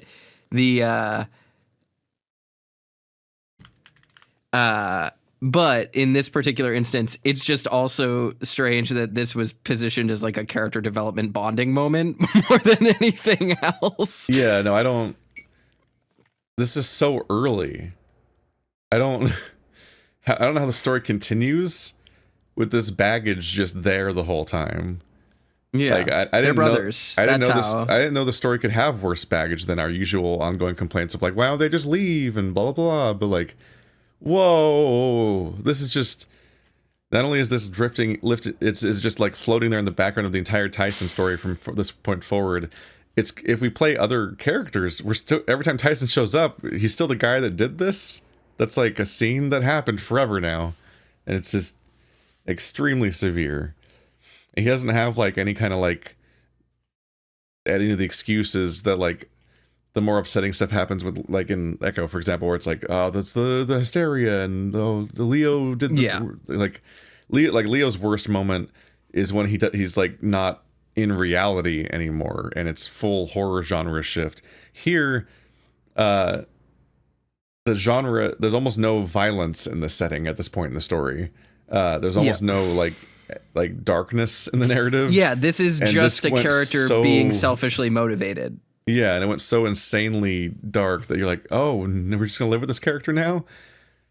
It makes it way more upsetting that he's defending Tyson and all the other routes and so on, and just generally like vouching for him just because I don't even have words for this anymore. Just finish this scene and cut the episode, and then we can all give ourselves a moment between episodes instead of trying to do more story right now.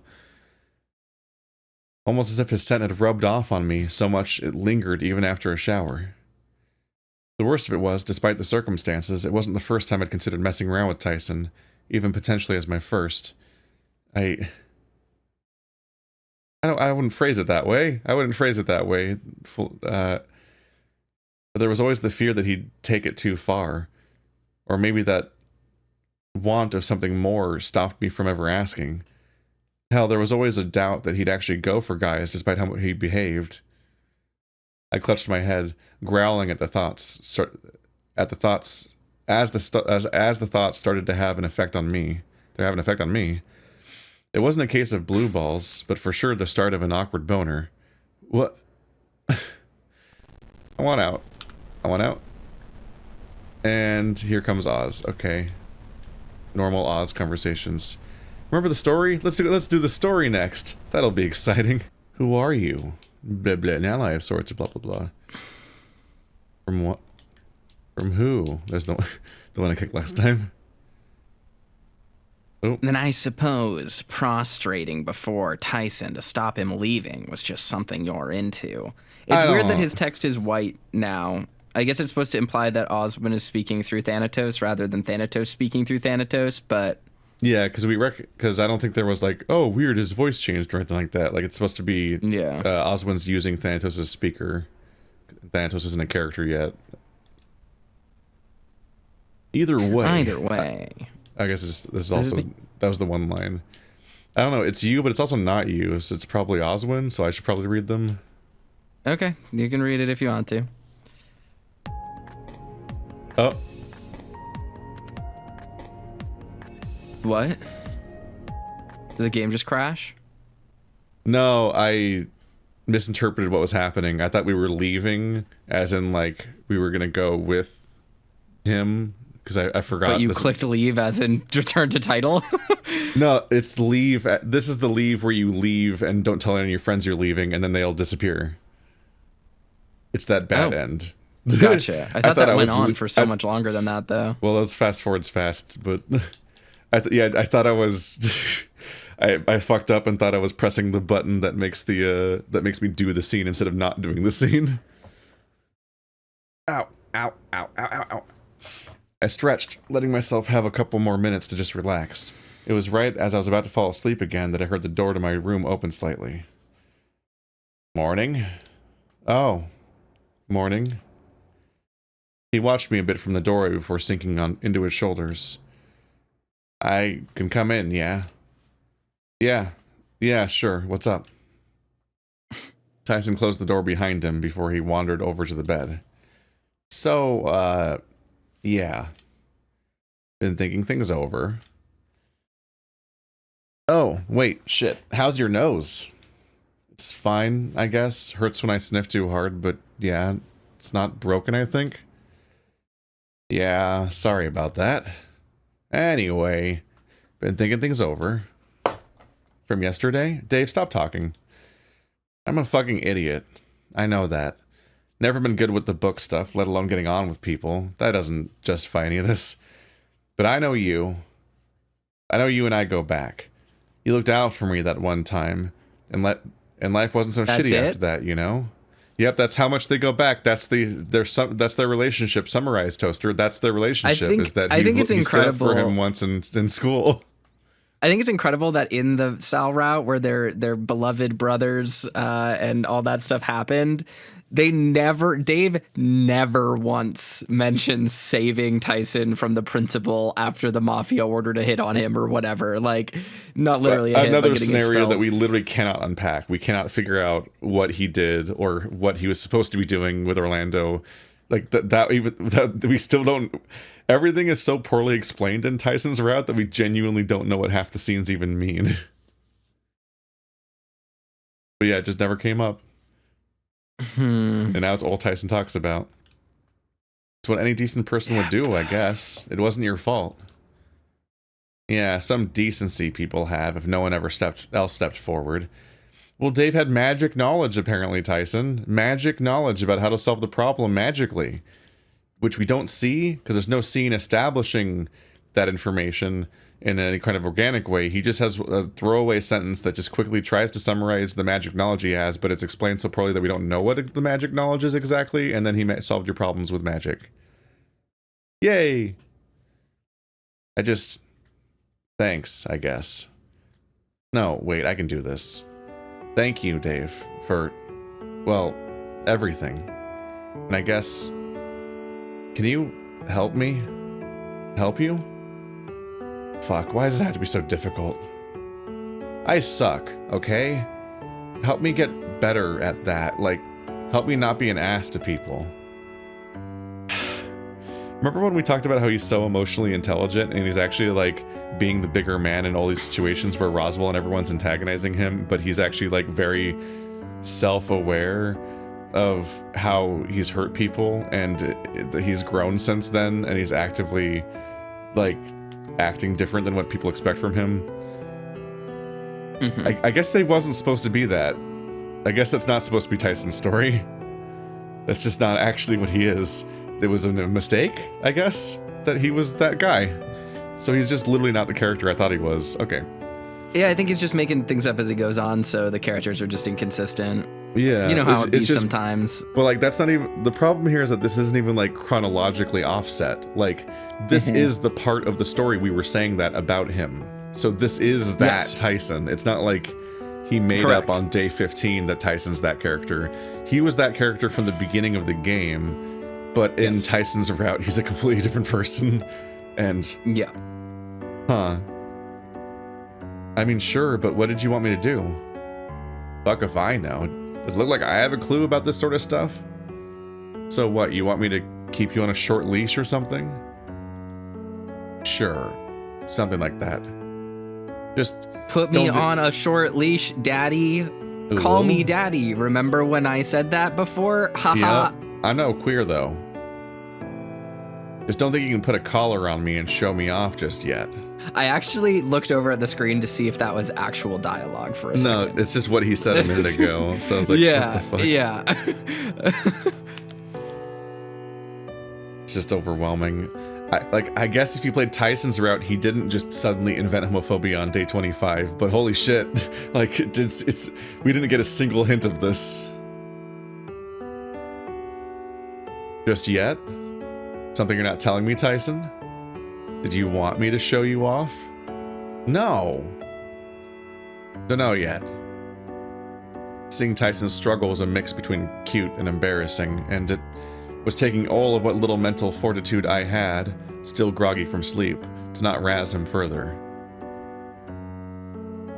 Could always just ask me out if you felt that way. You know how well Dean's lucked out on that front with his timing, among other things. What does that mean? Could always just ask me out if you felt that way. You know how well Dean's lucked out on that front with his timing, among other things. One, we don't know shit about Dean, despite having beaten the game, so I don't know what that means. I don't know what the relationship is. You can't just refer to it in vague terms, because it's incomprehensible. But that sentence sounds like is implying that Dean has had bad luck. Like his timing is bad, and he's had bad luck with asking Dave out. So it sounds like a counterpoint to the idea of Tyson asking out Dave. Yeah. Because it sounds like he's saying that he's going to have bad luck if he does. I don't. Unless he's implying, you know how I am. I'm just wide open, taking any takers. Isn't that's supposed to be what he means? Either I don't know what the sentence means. I think it's very funny that Dean has bad timing, because I too might describe my crippling inability to make decisions simply having bad timing. You see, I just haven't had the time to make the decisions. Yeah. Obviously. Don't remind me. Like you'd even say yes if I did ask. Never know if you don't try. Yeah, well, would you? Would I what? Why are you making this so difficult? It's to help you get better. Oh, right. Sure. Bizarre response. It's all good, Ty. Just take a deep breath and ask. Ty made a showing of breathing in deep before coming closer to the bed, not knowing where to look. So, like, would you maybe, like, to, I guess, eat food or something? What, together? In the next moment, Tyson leapt on the bed, pinning me down and trying to find a place to grind a knuckle into. You're a brat, you know that. And yet you're trying to ask me out. Tyson growled, pulling the pillow out from under me and whacking me with it. If you know why I'm asking, why aren't you giving me an answer? Maybe I'm waiting for you to kiss me. Wait, what? You heard me. That's, you're moving a bit fast, don't you think? Yeah, consent's a real tough barrier for you. Up to you, I guess. Not that I could stop you if you wanted to kiss me, really. I don't like that phrasing. But that's gay, and I'm no fag. I could only give him a deadpan stare until he realized the irony. What? Kissing is gay, but dating a dude isn't? Shit, you got me there. That's, yeah, I don't think I'm ready for that. Whew. I don't. Everyone's dumb in a way that's not human. I thought it was a salad. Like, I can't comprehend the idea that being in a relationship is somehow gayer than kissing someone. This is a thing that I see come up a lot in, especially like gay identity narratives, especially in media made for gay furries. It just feels like there's always one character that's like, I'm not a queer, I'm just interested in you, you know, like random shit like that. And I just like, I always think about this as just like, a lot of people fixate on this, the idea that like sexuality is a spectrum and stuff. And this is all true. Like, I'm not saying that's not, but I have never once met a person in my life who is able to do that mental justification that is actually that preoccupied with that. Like, I'm not gay, I'm just having sex with a man. Those words just wouldn't come up. I've definitely met people who don't identify as gay that sleep with men, but if you were to try and call them out on that, they'd be like, yeah, man, yeah, I don't whatever. know, man, I just have like, I just bang dudes. I just feel sex straight. is fun. It's whatever. Yeah, I prefer women more, I guess. Yeah. That's what I mean. So whenever this character trait comes up in media like this, where they're like, I don't know, man, shit, yeah, you got me, I guess things are complicated, I'm really struggling with this. It's like, I truly don't think those archetypes Because if you line have up. that level of queer panic, then you're not going to do anything. Yes, exactly. Like, there are other things that are going to get to you. And I've definitely, that's not to say that I haven't met closeted people that make decisions and then pretend not to have made those decisions. I've definitely met deeply homophobic people that are gay, and they just justify it to themselves as like having a guilty secret. But the thing is that when they say these things, they're not going like, I'm fine if we fuck, I just don't want to kiss you. What they're saying is, oh, you make me feel so good, we're having sex, wow, this is crazy, this is all I've ever wanted. And then they like punish themselves publicly by being like, being gay is wrong and a sin. Like, that's self-harm. That's what that is. What Tyson is doing here isn't closeted self-harm and like hating oneself and doing like public self-flagellation It comes with their across own as words just and instead ideals. he's comically stupid is the thing. Yes, like he's just dumb, and that's it.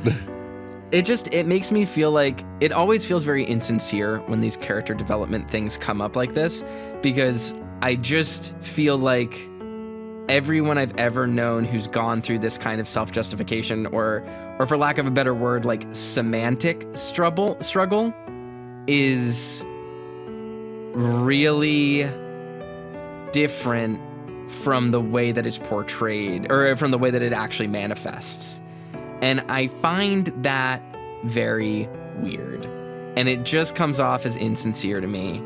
And I don't like it. Because every single person I've met who has experimented, the whole point of experimenting is that you're moving into a space. You have made a decision to do a thing and experiment. So you're usually not sitting there trying to justify to the person you're experimenting with, especially after developing this level of relationship and feelings with someone, why you're experimenting with them. Yeah. Like, it's just not how that usually plays out. And for the sake of a narrative. For contrast, like Misha's comics that are all the gay comics he's done for like years now are all riffing on this exact premise essentially. Yes. And they're different, and to the point where there's literally like a variety of different characters having a different version of this experience. Like you have Liquid Courage, where the dude that seems to think he's straight just kind of fools around. Just who cares? Like he just kind of casually starts fooling around while he's drunk, and he doesn't like. He's not even concerned about it afterwards. So he just moves on with his life, and that's just a fun thing he did. And then you have like the bear in what's it called? Fuck. They have the bear in Passing Love that very specifically is like screwing his team member, but then like not being willing to look or talk to him in public because that guy's out, and so he won't associate with him. Like there's versions of these, and like they would manifest across different relationships differently. Yeah, and that impacts and informs the characters. Mish is a porn artist. Like he's just doing porn comics, and it's funny how much I bring it up, and I'm like, they're really well realized characters for what they're doing, and you don't have this dissonance of like no one would ever act like that. Like you immediately see these characters and you know what that character is and why they're acting that way, and how they have a variety of different reactions as being these presumed straight people that hit on women and date women but are hooking up with guys, and the different versions that like of how that manifests. Like it rings true. Yes. And Tyson rings as insane. Yeah, Tyson rings as a archetype of the straight guy, your straight friend you want to hook up with, but you can't let him be gay and be sensitive to being gay because that will ruin the fetish of dating a straight boy. Which is just not how it works. I'm gonna tell a story right now that I think I've mentioned before on the podcast, but it's not going to be sexually graphic, but it is going to involve me talking about sex. So fair warning for people who don't want to hear about my sex life. But I have been the guy that people have experimented with multiple times even. And at one point when I was living in Washington, Toaster just has that riz, that pull. When I was living in Seattle, I went on Growler, and I met a dude who had a really charming picture, and he messaged me and he was like, hey, how you doing, blah, blah, blah. And unlike most Growler and Grindr hookups and stuff, he was talking to me about the actual information in my profile. He was like talking to me about video games. And I was like, this is interesting. Okay, this guy wants to be my friend and is like trying to suss me out. So I'm actually talking to him about things. And we played some games together, and he was really friendly, but like I didn't get a super sexual vibe from him. Like I really got the vibe that he was trying to figure out if I was like someone he could be friends with. But he did have a little bit of that charm and that bite. But he didn't have his sexuality listed on his profile, and he didn't have what he was looking for on his profile, because that's like, those are things that you can set on those apps. It was literally just like networking was his thing. So eventually, I messaged him and I was like, what, like, what's up? Like, what's going on? I basically sent him a you up text. And he mentioned, he was like, I was actually going to delete this app the other day. I had a really, really bad experience with someone that was like really unfulfilling, and it made me question my situation. And I was like, oh, like what's up with your situation? And he was like, well, I don't have a lot of stuff on my profile because like I'm bi-curious, and I don't want to make people feel like they've been misled. And he's like, I have a wife and she's pushing me to explore this so that like we don't build resentment, and that like I can have like a sexual experimentation phase that I never got to have before. But I'm really nervous because the first time I tried to do this, it didn't go well. And now I'm worried that doubling down on this is gonna like change me as a person and be like a life-defining aspect of my personality. And I don't know if I'm ready to do that, if it's gonna lead to just bad situations and like unsatisfying. And he's like, I don't know if I wanna make that jump if it's going to be, you know, a huge part of my life going forward, if it's worth the struggle. And I was like, okay, that's interesting. Like, let's talk more about that. And eventually this friendship like developed, and this guy, all of his reticence towards, you know, like hooking up with dudes and experimenting with this thing came not from him being like, I'm not gay, I just like you. It was literally him being like, I don't know if I want to open this can of worms because it was a stressful experience having to navigate all of this again.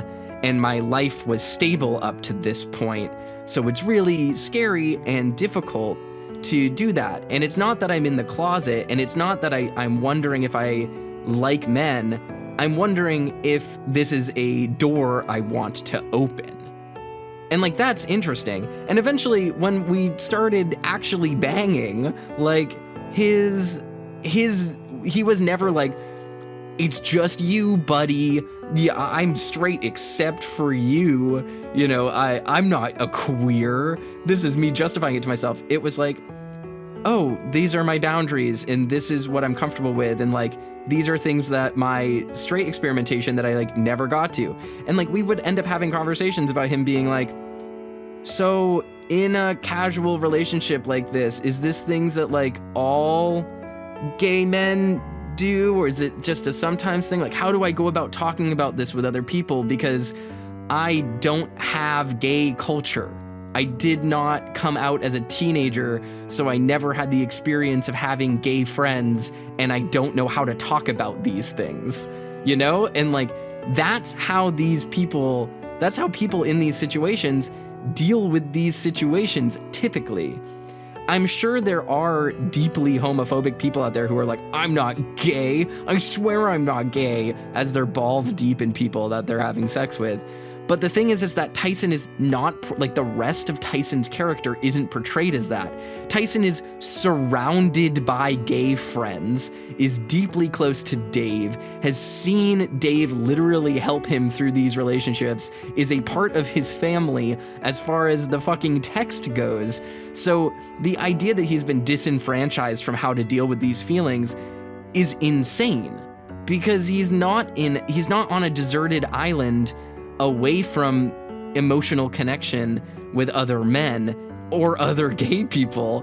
His literal only support network is a gay person who loves him, who he accepts.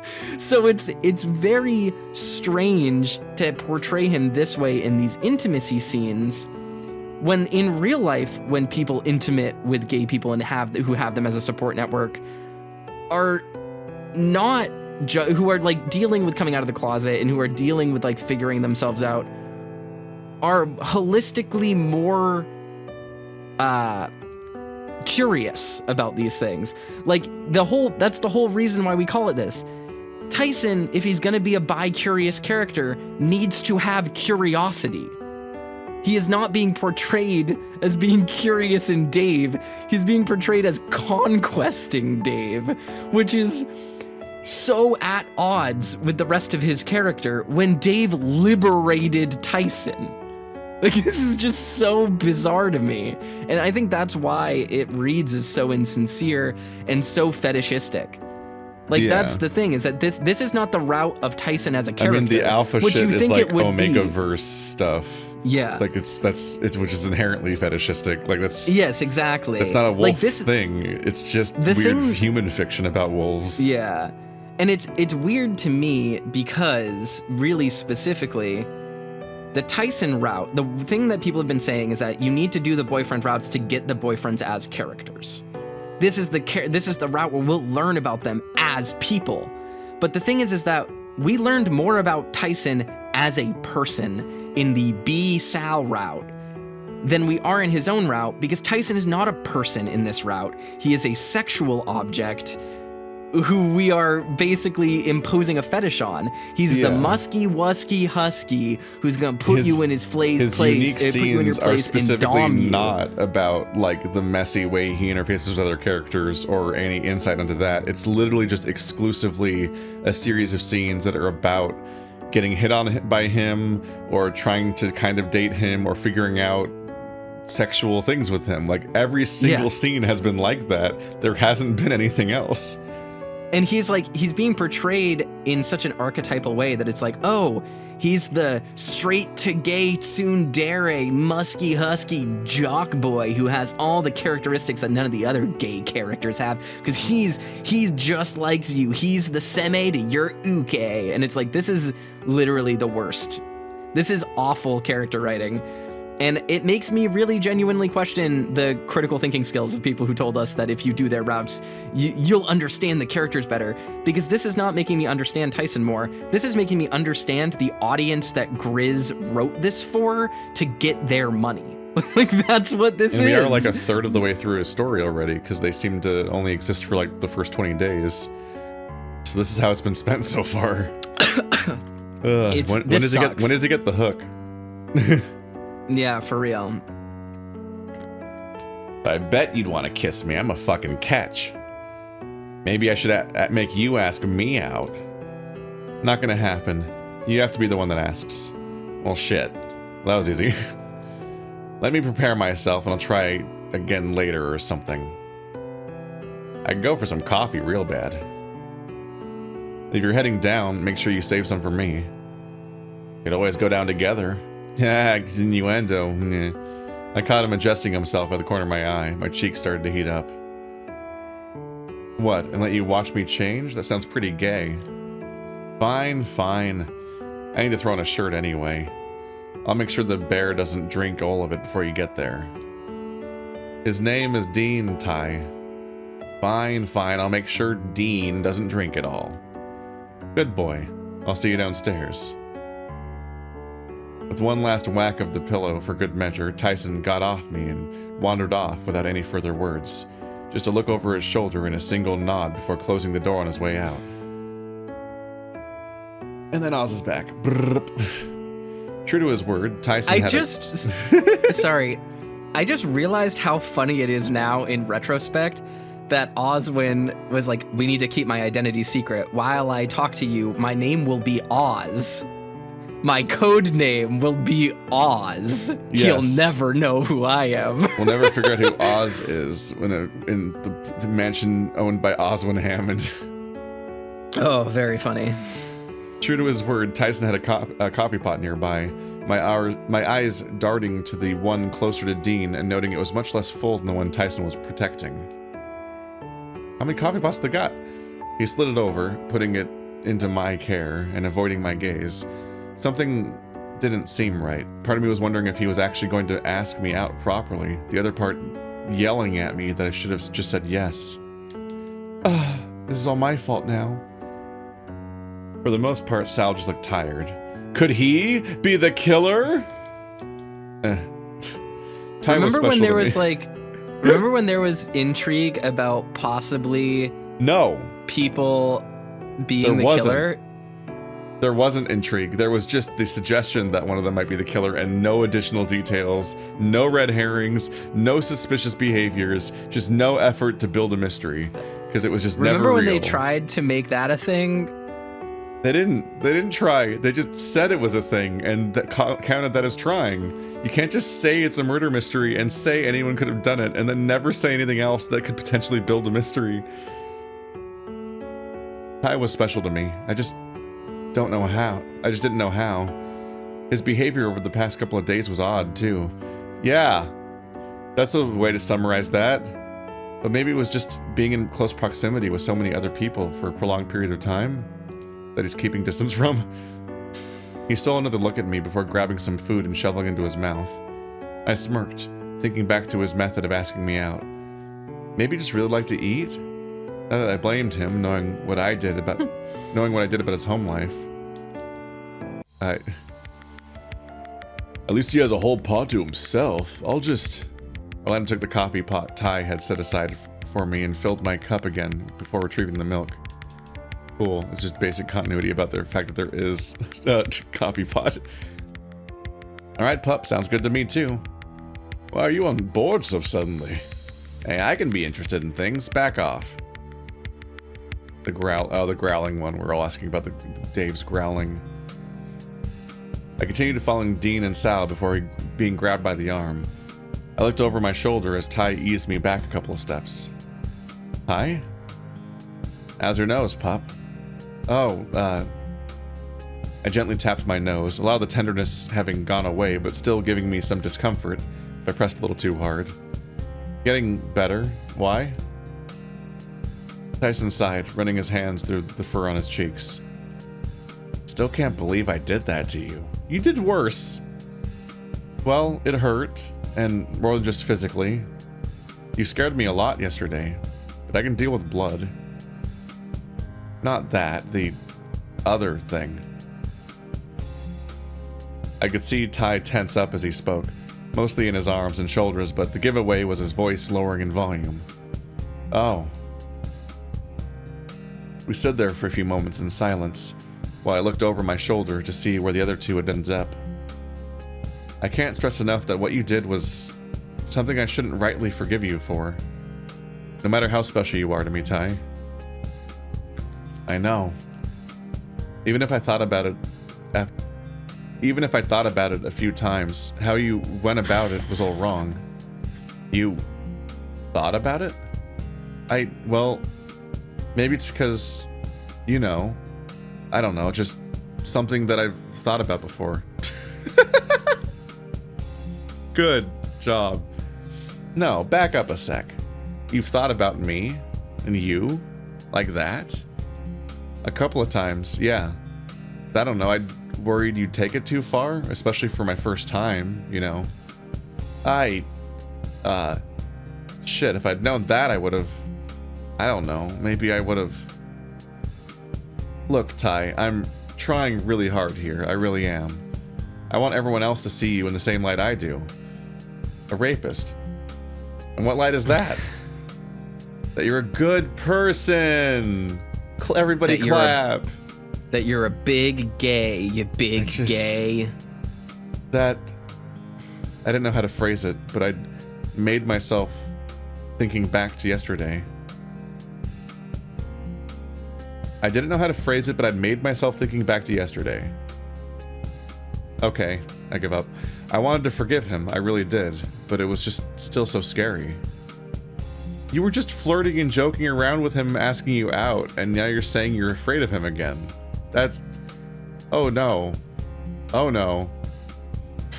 I noticed him go to reach out for me, maybe my shoulder, but he pulled back at the last second. I'm sorry, Dave.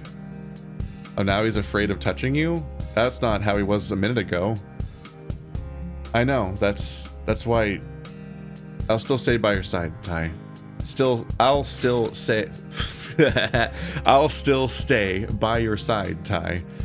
I'm not abandoning you over this, but can we maybe talk about this more later in private? I'd say now, but group activity, yeah? Yeah. Dave. Huh? I'll prove it to you.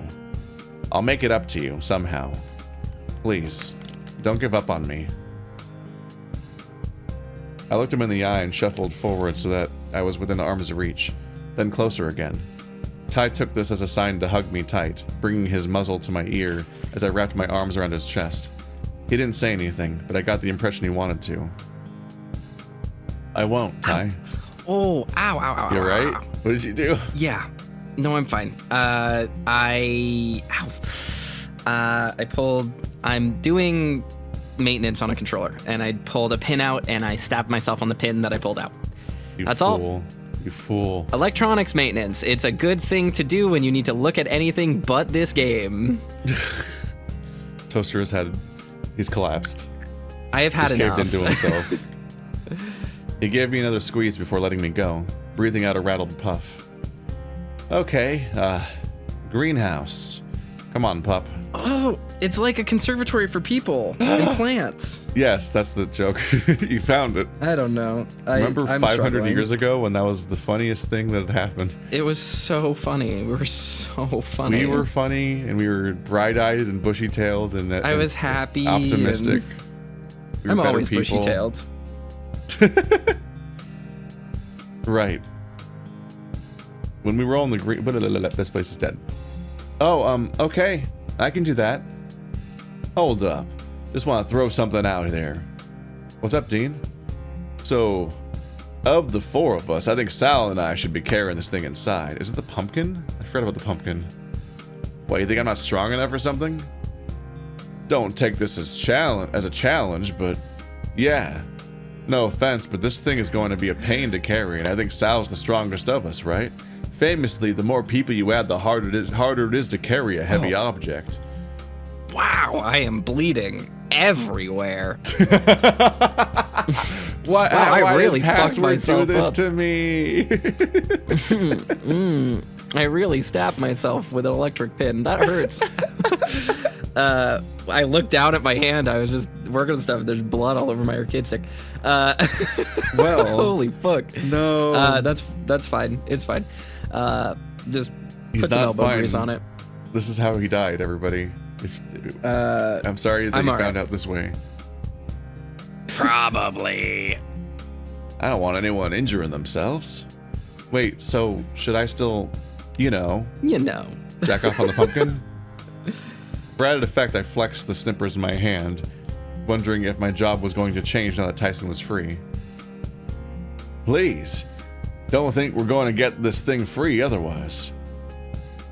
Ty backed off, arms folded and grumbling, coming to stand next to me as Dean sized up the pumpkin, tipping it back slightly and taking the weight of it. Sal, help me support this so Dave can get in there. No sooner than Sal had gotten into position, I scrambled underneath the pumpkin and started looking for something to cut. Find the vine, Dave? Yeah, it looks pretty thick though, oh whoa. Oh, his face is doing the thing, yep. I'm Dean. Oh no. The silence that followed made it clear that what I had said was being misconstrued, but with witnesses it seemed Dean didn't want to comment. I could only imagine the face he was pulling though. Is Dean a friendly gentleman or is he a lecherous pervert? An investigation.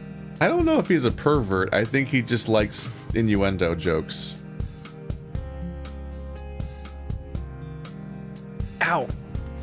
Sure enough, the vine tethering the pumpkin to the ground was thick and waxy, slipping free of the snipper twice before I managed to get enough of a hold to cut it cleanly. Okay, it's free.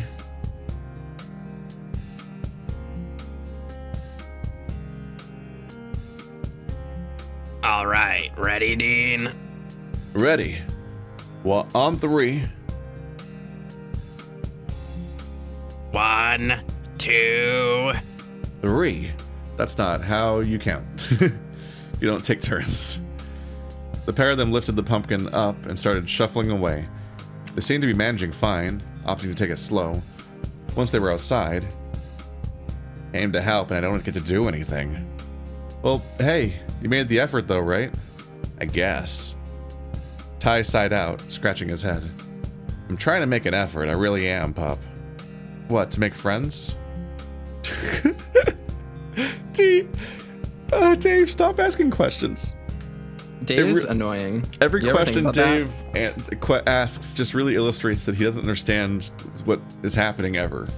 But it's like, it's impossible not to understand. So these questions are impossible to ask. Basically.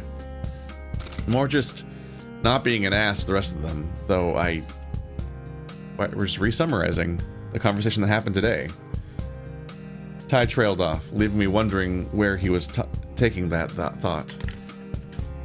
You... what, Ty? We can go into more of this later. It's probably a good conversation to have when we don't have the others wondering where we are. Is it a serious conversation? Yeah, and fair warning, you might get upset.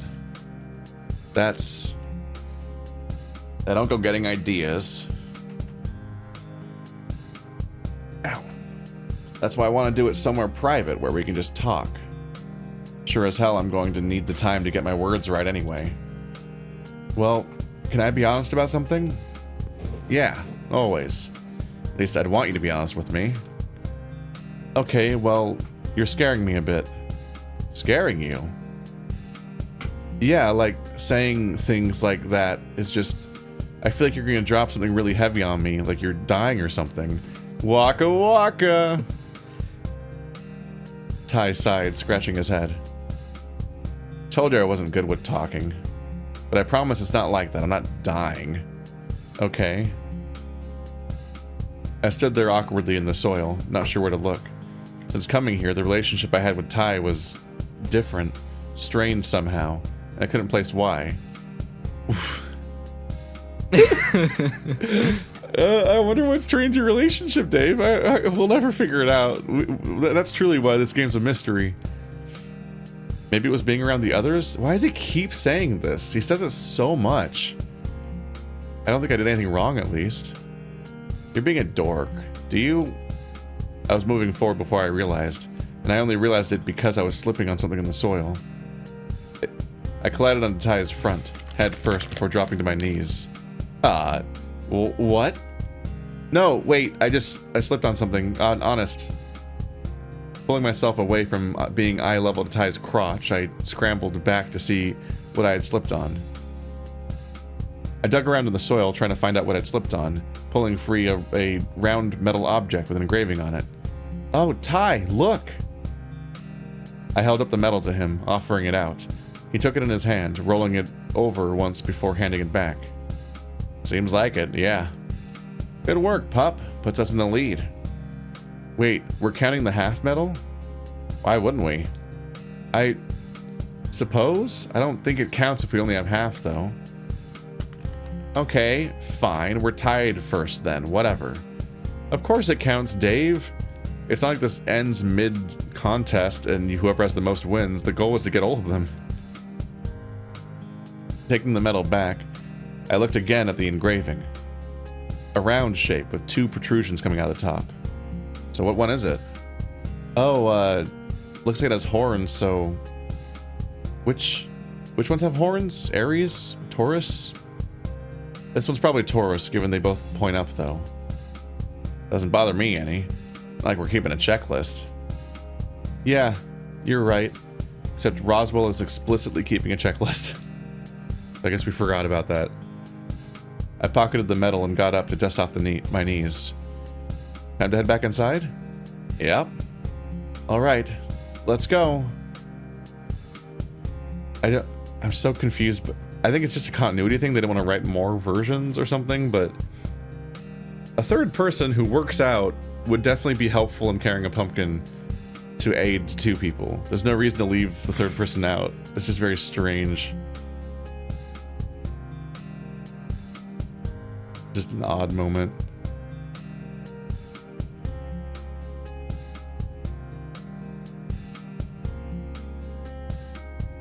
I think this is new dialogue, though. Okay, we'll check this next episode. So I think they're talking about getting a shower. You're gonna need help getting that spot on your back. You always miss it. If you want.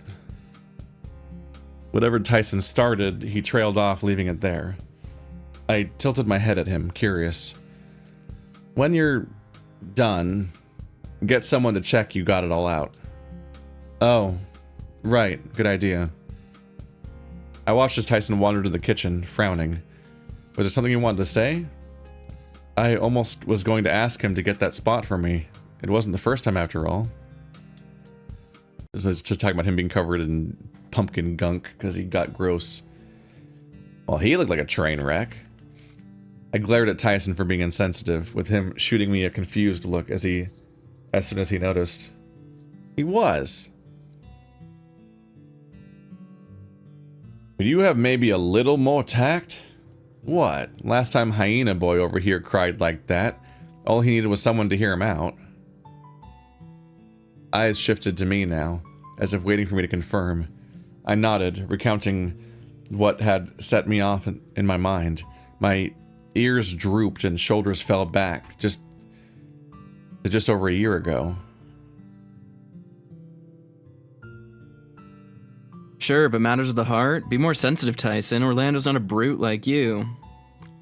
All I'm saying is that if he's that torn up about it, maybe someone should go talk to him.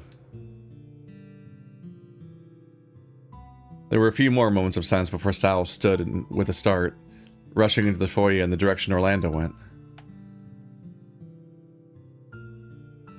Guess Sal's going to do it. Not sure if that's the most appropriate. Honestly, it probably is. Issue is the relationship they have, right? I think it's best to talk things out for context, rather than one of us doing it for sure. I looked to Roswell, who was disappearing into the kitchen, having stayed silent during the exchange. Roswell? This is when, I guess, Sal made it clear that he wasn't going to date Orlando, which we had more context for when we were with Sal. He was standing near the coffee machine, brewing a new pot of coffee, possibly to share. Pots are for multiple cups of coffee. Wow, very good, Dave.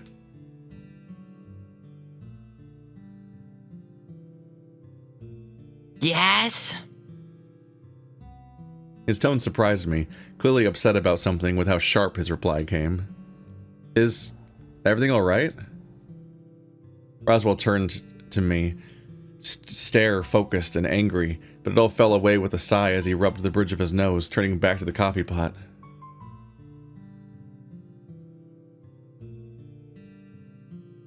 Just Tyson, the usual. How could he be so blunt about that? Orlando was hurting something bad. He put his heart out there and you saw him, right? I did, yeah.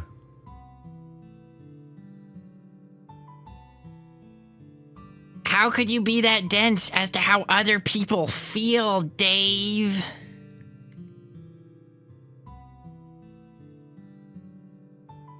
Only goes to prove my theory that Tyson has and never will love someone in the same way we're capable of. That's not fair, Roswell. You don't know him. Oh, and I suppose you do, Dave? Yeah, we live together.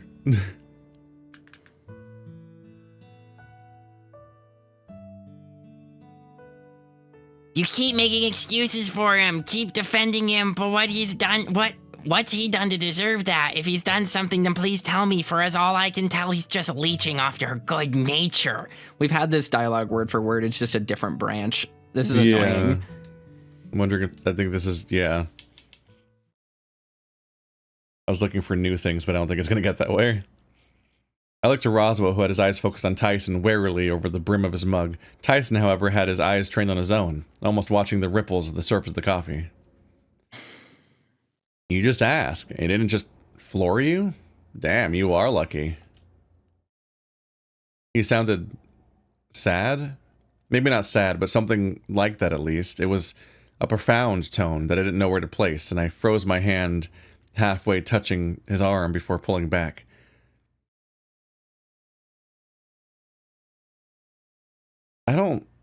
this isn't one of the many quirks, but just like, I don't like how often feelings or concepts are just kind of described as being indescribable and just kind of like, you just kind of flail, like, I don't know, and then you just give up. Because at some point, that's almost all feelings and concepts. Like, it comes up so frequently that it feels like they're just never describing anything.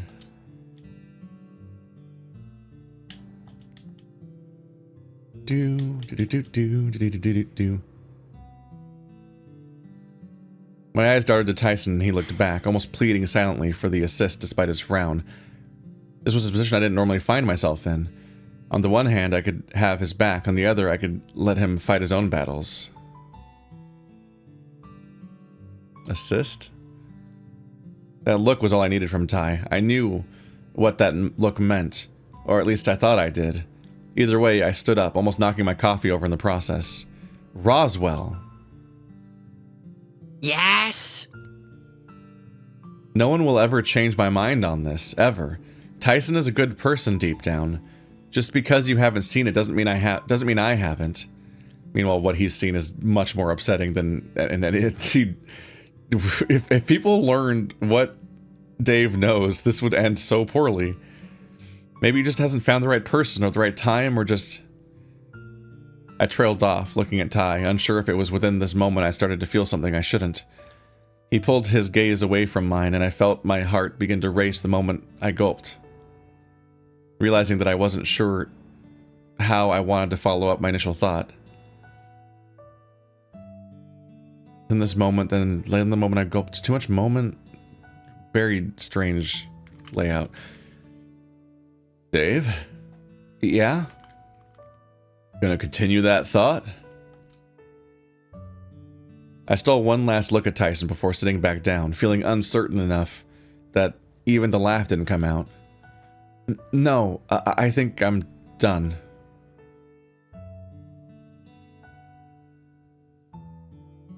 I'm not convinced. I want proof. I don't owe you shit, pig. How do I even prove something like that? Oh, you can't, at least if you're asking. Roswell, that's enough. Lay off the guy. You're not even being fair. Roswell stood suddenly, turning to Dean.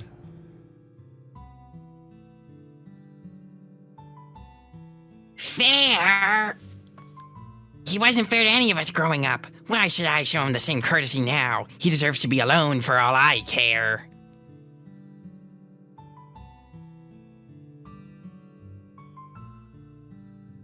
It seemed as though Tyson had had enough, though, almost violently getting up from his chair and storming out of the dining room. That's the end of the new stuff.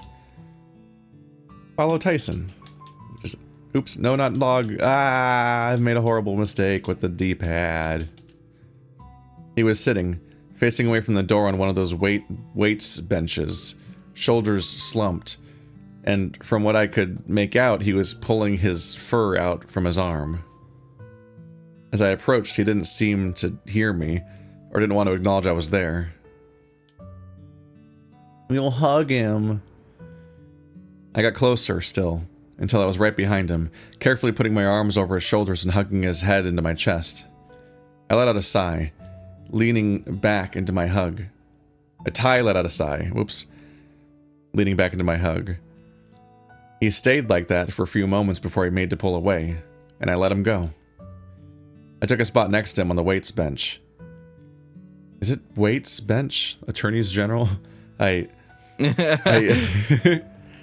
Sitting close enough that we had a point of contact. I fiddled with my hands, not sure what I should be doing with them as I pieced together what I wanted to say. Are you okay? I'm sorry about what happened upstairs. No, well, I don't really know how that all happened, to be honest. Where does Roswell get off thinking he can act like that, huh? Oh, fucking unfair if you ask me. I nodded slowly, not really sure how much of the conversation I should be taking part in. When Ty had no follow-up, I figured it'd be a good idea to try and shift the conversation to something else. Did you want to talk about something else instead? You want to talk about yesterday?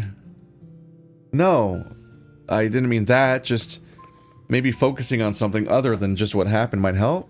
We should have 7 more conversations about how we're going to have a conversation one day. It's fine. May as well have the talk now. Ty breathed out through his nose, shifting so he was straddling the bench, facing me directly. I did the same so we were facing one another and shifted as close as I could without it becoming awkward.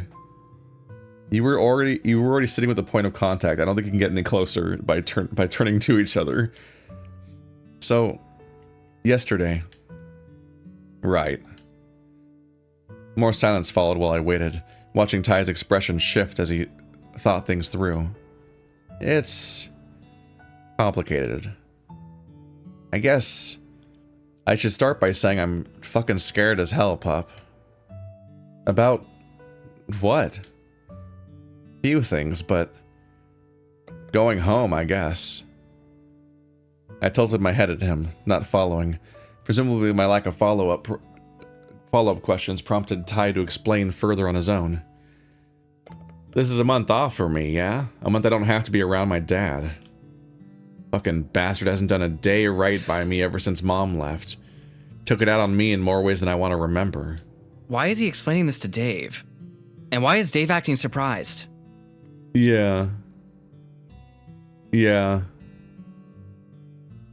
It's the best out.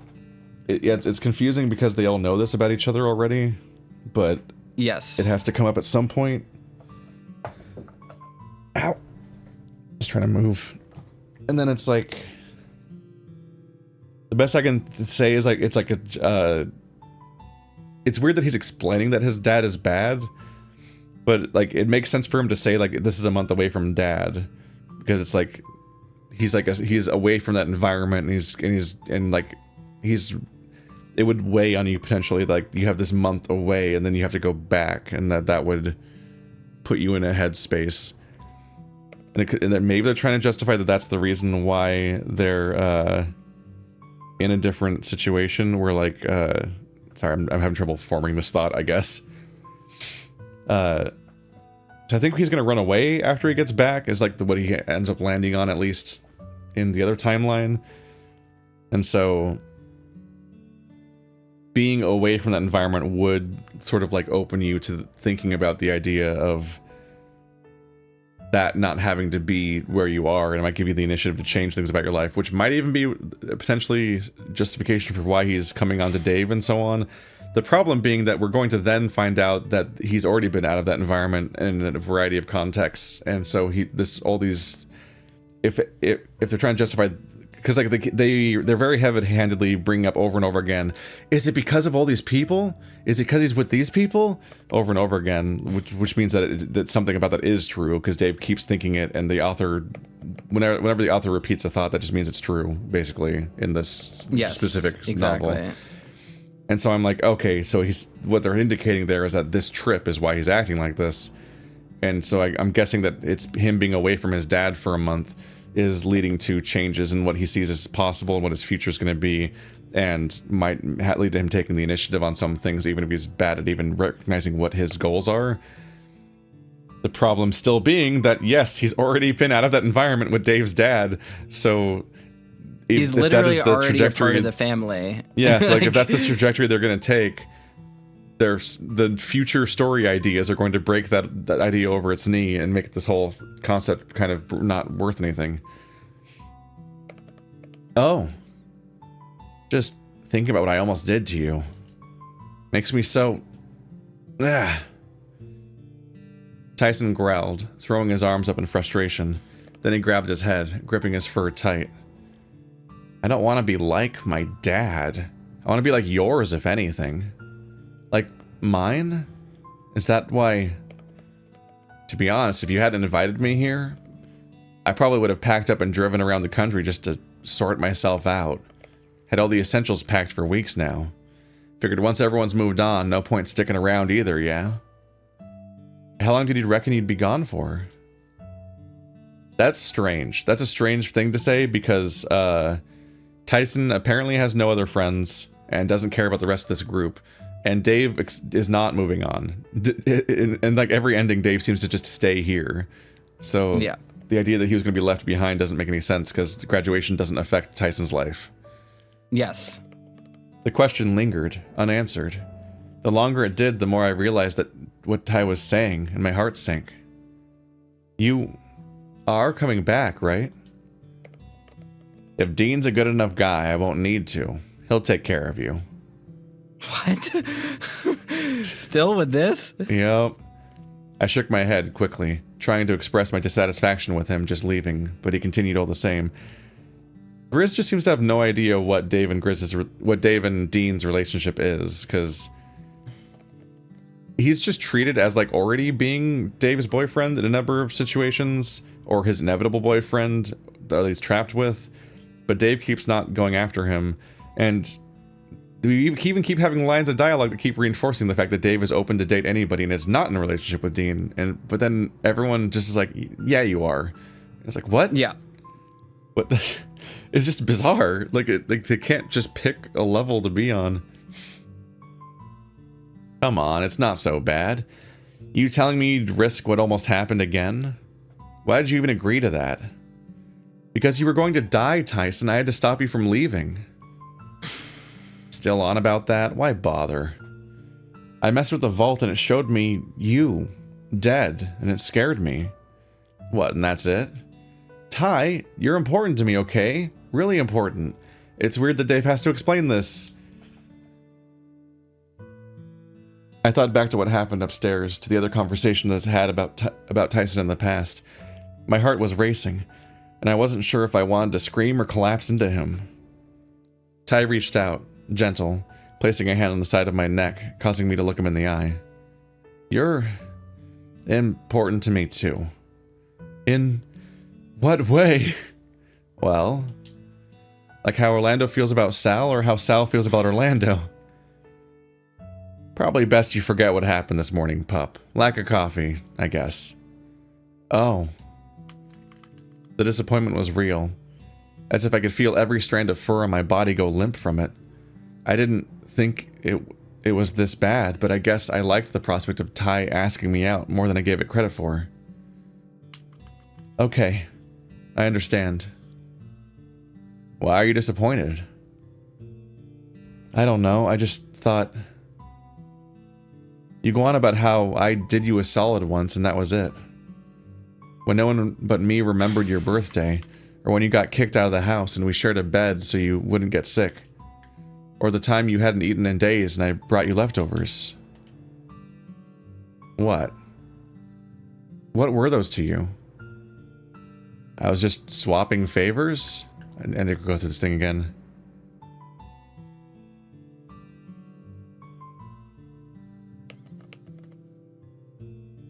It still just does not sound like they live together.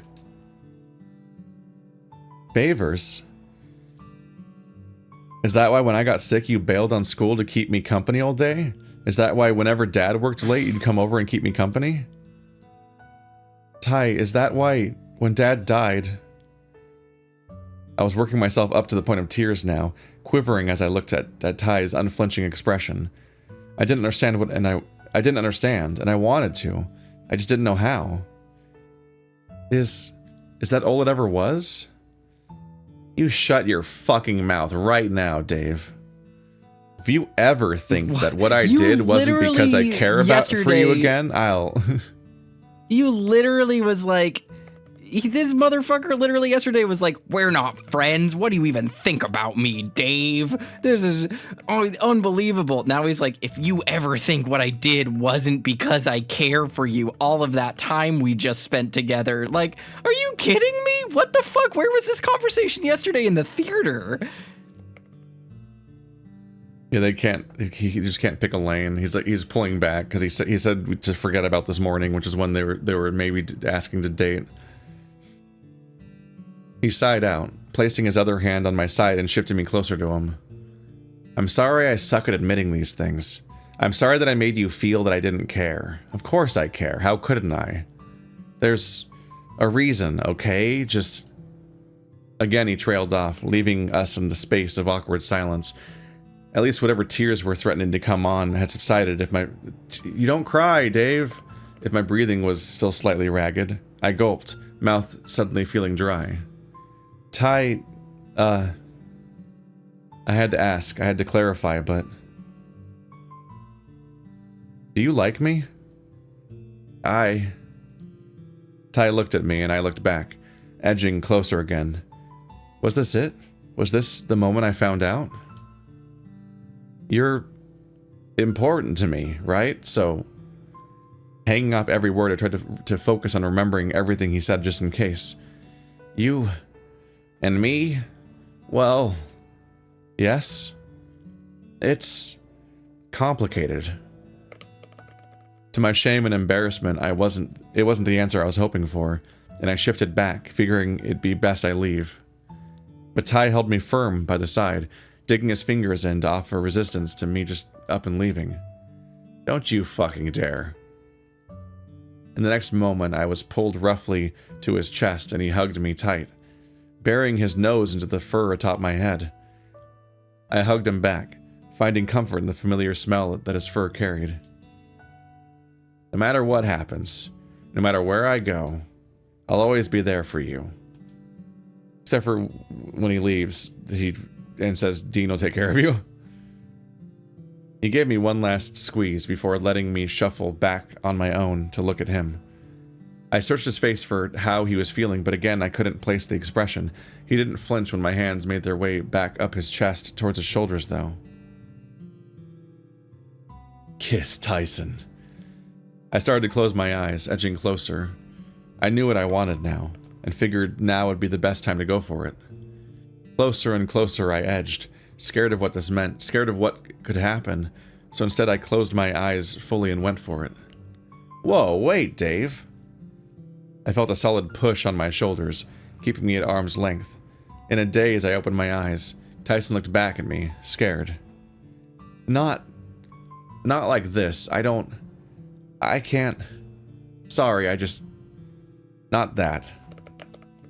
Oh. Sorry, I wanted... I know, pup. Maybe someday, I'm still not ready.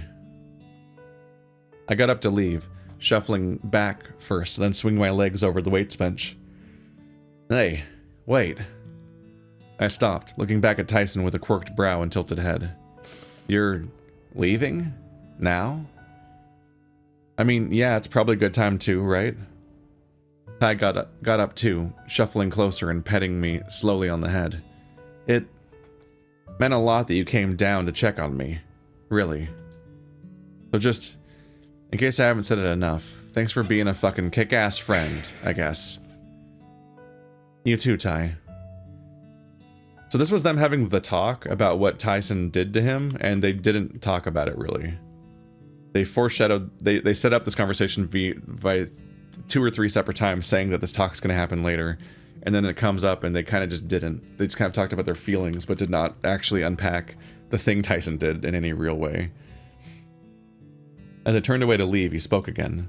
Just haven't forgotten. I'm going to keep trying. That's all I ask, Ty. Alright, pup. I'll see you at dinner. Got some things I want to think about. Good things? Bad things? Just things. Well, I'll be around if you need me. Ty sent me off with a nod and I wandered back into the basement. The vault. Input password. Okay. Might as well save again. I'm going to be really disappointed if the route that people keep recommending, which, I mean, it's already been this, but if it just turns out to be the same conversations over and over again, because so far it's like 2 conversations that have looped like 3 or 4 times each with no other depth to it. That's just getting a bit rough.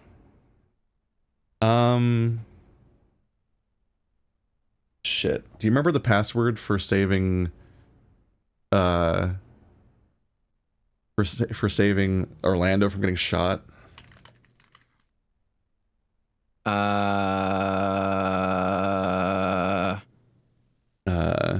Tank? No, it was not tank. It was, I think that's where we are. Healer. Yeah, this password was, it was something like that, but it was, he's like, we need someone to tank the hit. We need a paladin or something. It was like something like that. Gonna have to just find it again, I think.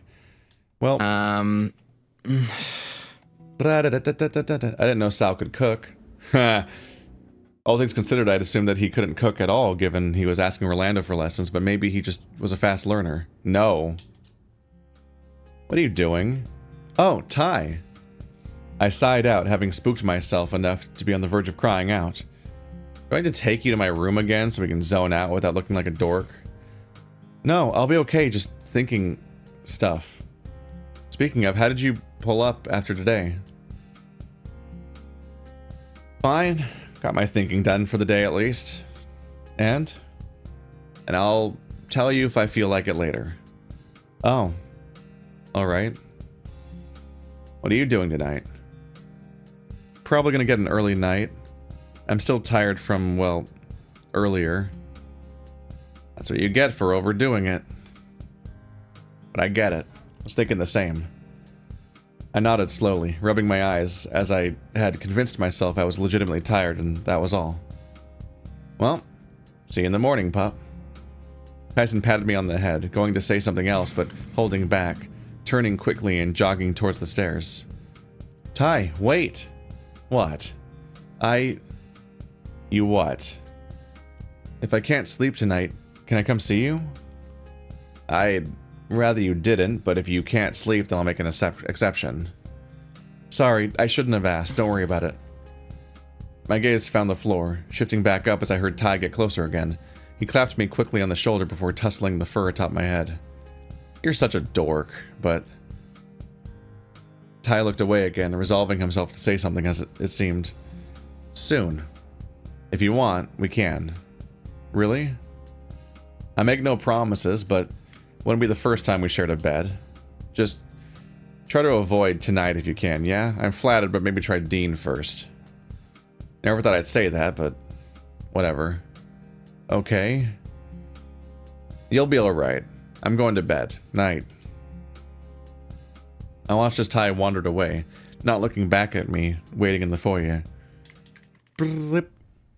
Nothing seemed out of the ordinary. We're at the library to meet Oz, but fail now. I was most certainly the only one here. Did a lap around the room, blah blah blah. I don't think any of that was new. Whatever. No, Benson's been shot. I fucking knew it. Before I could ask further, Tyson made a break for it, diving for Benson's body, hand reaching out for the gun on the floor. Dean must have feared the worst following suit. And they fuck up and shoot. Oh no. Get back to the beginning of this scene and I'll find the password. Okay. Do. Doctor in bed. Paramedics.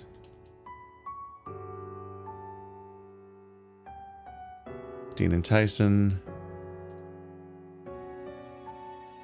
Dean's good. He dropped me off here, actually.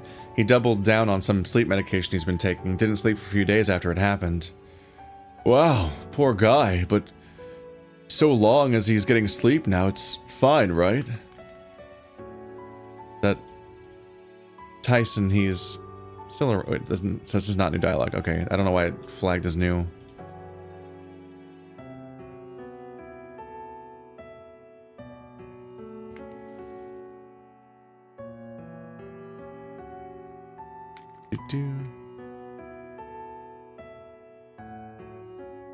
Arbitrate? Interject? Maybe. What was the word? Go back, sorry. It says arbitrate here. Arbitrate. I'm trying to find the password again. I don't remember what it was. Interject. Demand something? Demand, Imply. maybe. Spoke up. Peacekeeper? Peacekeeper. I think that was it, wasn't it? Maybe, yeah. This is actually one of the harder passwords in the entire game, because there's so many things that it could be. Yeah, I think that was it right there. If we go back to, he says, like, the blue text, the last blue text. A peacekeeper, huh? I think that's how we found it last time. Oh yeah, that's probably the best hint. Resonate.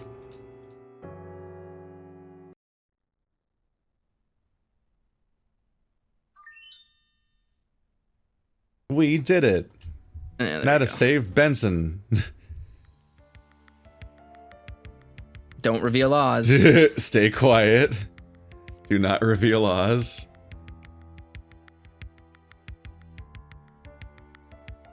What? Okay. save. Now I have to save Benson. Which I guess we could have done that password first, but I also don't know that one. I don't remember Stockholm what that one Syndrome. is. Do we need to like look up our own playthrough? Is that faster than trying to find it in the text? No. Log. I'm gonna fucking just Google. I'm gonna look for a list of the passwords at this point because they're so fucking annoying. Oh my god! I just looked up a list of something, and the characters' ages came back up, and I did know that Dean was older than them, but someone said Dean is like 24 or something. And I just realized that means Dean's been horny for a high schooler. He's fucking Scott Pilgrim. Yeah, I already said that about Sal last route, who's also Scott Pilgrim. Like they're just being really weird about high school kids as much older guys. Look, I think it's betrayal. Betrayal. Okay. There we go. All right. That was annoying, but we're there. All right, who's dying this time? Excuse me? Dying? No one's dead. What do you mean this time? I looked at Ty, pleading him with the best puppy dog eyes I could manage. Not that it usually worked, but even now was earning me a disapproving frown. Apparently, the dork was messing around with a keypad downstairs and a daydream that I died. Oh, I just thought... A daydream, really? Yep. If he says that's what happened, then I believe him. What's the harm, anyway? Ty shot me a quick look, smiling. While I hoped that it'd come out a little differently, it was nice to have that reassuring smile on my side. Okay, but who's dying? Benson, I think. Brrr. Well, at least he's on our side about this thing. I labeled this episode 4 men shirtless in a bed because they're not gay. Or because they're all gay, if I remember correctly. I looked at Ty and he held my gaze. He looked apologetic. And I grimaced back. He frowned and looked down, then back up to meet his look again. What? We had this way of talking without speaking sometimes. We got a lot of practice in when there weren't the words to really say how we were feeling. How did he ever pretend you guys weren't good friends?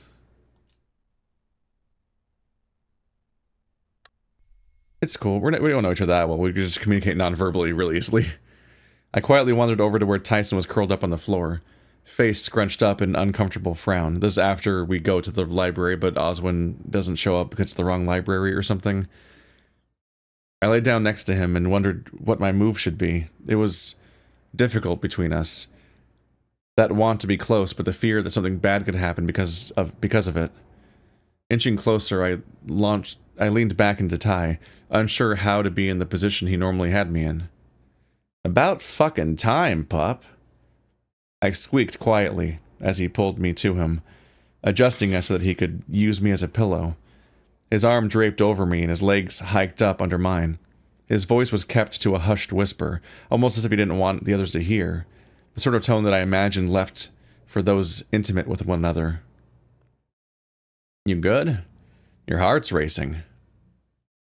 Yeah, I'm good. Ty cuddled in, resting his head on my chest, and just listening to my heartbeat. He hadn't held me like this in so long that I wasn't sure where to put my arms. I settled on just resting them against him, sighing out to get comfortable. He hadn't held me like this in so long? So he has a history of hugging your chest to his head. Okay. Dave? Yeah. He sighed out, squeezing me gently. Don't worry about it.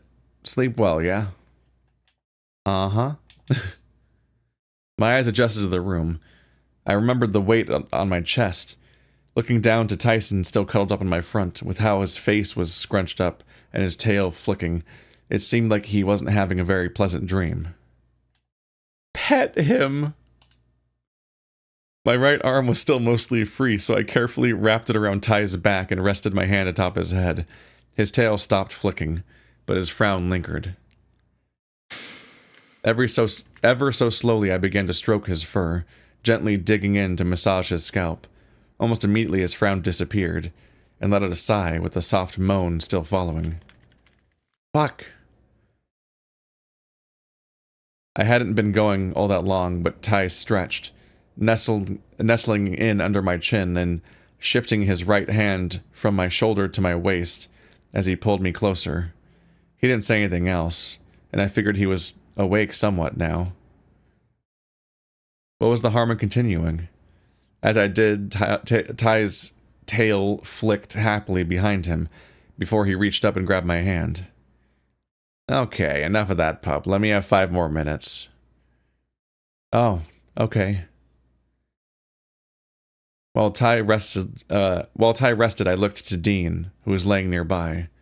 He looked wrecked, cuddled up to a pillow in the same way that Tyson was to me. Seemed to be having a nightmare, or was just that uncomfortable. Sal, meanwhile, was on his stomach, half chewing on his pillow with a happy smile on his face. Maybe he was just hungry?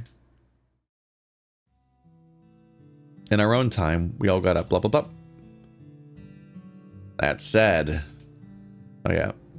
I do want to have a talk about something I saw and heard the other day. What happened? My head went to my nose, and I looked from Sal to Ty, who seemingly had his eyes locked with a crocodile. I fucked up again, that's all. Don't worry about it. Dave? Yes? You know what I saw, yes. I think so, but... Nah, it's fine. We'll talk about it later. If you saw it, no point in hiding it. Do I get to know about it? I'll tell you later? Still, even if it was an isolated incident, the other stories must be true, too. Fuck it. I get it. No point in hiding that I've been an asshole to people in the past. Let's see. It's just them confrontation about that. Don't remember what specific thing happened yesterday, but I'm not going to stop. I left behind Dean, heading towards my room. Ow. No sooner had I entered, I did a double take, wondering if I'd entered the right room. Ty? What are you doing in my room? Waiting for you? Well, yeah, but why? Ty just shrugged, wandering over to the door and pushing it closed behind me. He left his hand lingering on it, staring down at me, looking uneasy about something. Ty? With his hand free, he reached out to touch my face, his eyes unfocused as he did so. Not that he did anything beyond that, just touching, his thumb rubbing over my cheek. You sleep all right? Yeah. You had a rough night, though. Well, you're not as soft as a pillow. Pretty soft, though. That's on you. Not that you gave me much of an option there. Yeah, I know. Just needed something, you know? Like that one time, yeah? I guess so. Ty, I shuffled around him to my clothes and he followed close behind. I bent over to pick up a new shirt, and as soon as he snaked his arms around my sides and buried his nose into my neck, making me jump. Ty? Just let me enjoy this, please. You just wanted to cuddle? We could cuddle. I'm all about cuddling. Cuddling is gay. I'm gay, Ty, remember? Tyson stepped back, letting me go, and I used the opportunity to put on a fresh shirt. As I turned around, Tyson's hands were on me again, picking me up just enough to throw me onto the bed. He had this smug look on his face, almost predatory. That's not a good choice of word given him. That made me quake just a little bit. I wanted him to join me on the bed. I watched him join me on the bed, scooting closer. Yeah, but you're just a pup. Cuddling you ain't gay. Hey, I'm not that young anymore. You don't have to call me that anymore either. Aren't they the same age? Ty stopped his approach, resting his hands on my knees and looking off to the side, bored. What, don't like it anymore? Well, no, I'm not saying that. It would call you a lot worse if you were mine. If I was... I trailed off, watching Tyson's smile fade, seemingly thinking about something. Sal saw what happened the other day, did he? Oh, I think he might have. He didn't step in, though. Like, you took me up to your room and... I gulped, realizing where the recount was going, and I averted my gaze. Well, you know, I don't know why he stayed out of it, or how much he heard, but... But what? Maybe with everything going on, he felt like maybe we should talk about it? Just us? About us, I mean. Is there anything between us, Ty? I don't know. Is there? I don't know. Like, on one hand, whenever you're around, I feel safe. That's a weird reaction. But at a moment's notice, I feel like I need to be on edge, ready to react to something you might say or do. Not just to me, but the others. Anyone, really. Not your responsibility to do that, even though I made it your responsibility and commanded you to do that, and that's what all of our conversations are about. No, but you're important to me. I want to do something. The words were out of my mouth before I'd processed them. I didn't even really know what I meant by that. Maybe it was just the tiredness catching up to me. Do something, huh? Like what? Ask me out on a date? No, that's your job. I wanted to be the one asked. I don't even know if you're, you know... You say you aren't, but... Ty lunged forward and slammed his hand down next to my head, sinking into the bed. I'm not gay. Then... If you want me to fuck you, then that's a different story. I'd only be doing it because... I growled, sitting up and pushing Tyson back by leveraging away from with my head. Because what? You're only into me? I looked at Ty and he rested back on his ankles. He made to yell, going so far as to point at me as if to threaten me with something, but nothing came out. Well, come on then, tell me, Ty. So what if I am, huh? So what? I don't care about that stuff, but you're different. It's too fucking early for this, Dave. I'll meet you downstairs. Oh, no, you don't. You stay right here. Dave's just a different character now. Yeah. I grabbed him firmly around the arm to keep him there. I'm not going to confess that I love you, Ty. But you're so damn important to me that I want you to be honest about everything. Why does this have to be the exception? Because I'm not good enough. Not yet. What? How can I tell you something I don't know, huh? You say you're gay. Great, you have that figured out. I sure as hell don't. You don't know? Nope. But, what, you're expecting me to hook up with randoms every week? Well, no, but... All I know is that, for whatever fucking reason, you're my weakness. It sucks, but I wouldn't trade it for anything. I blushed at that, unsure to take it as a compliment or start picking at the specifics of what he meant. Look, I'm gonna be honest, when Sal asks about what happened, keep the first aid kit on hand. Sure as hell have enough of a time with my dreams last night that if he wants to throw down, I'm just gonna let him. Wait, that's a lot to unpack. Which part? What did you dream about last night? Is that why you looked like you were having a nightmare? Shit, didn't realize that it showed when I was sleeping. Don't worry about it. The fact that it showed when you were sleeping doesn't reveal anything. It's like you're bringing it up on your own. Ty, come on, you're killing me. Be honest, remember? Tyson's eyes bulged as I asked the question, searching my face for something, his mouth agape, brow furrowed, and he almost looked like he could cry. I had a dream of you dying, alright? It sucked. And that's why... Cuddles? What if I never got another chance to do that again?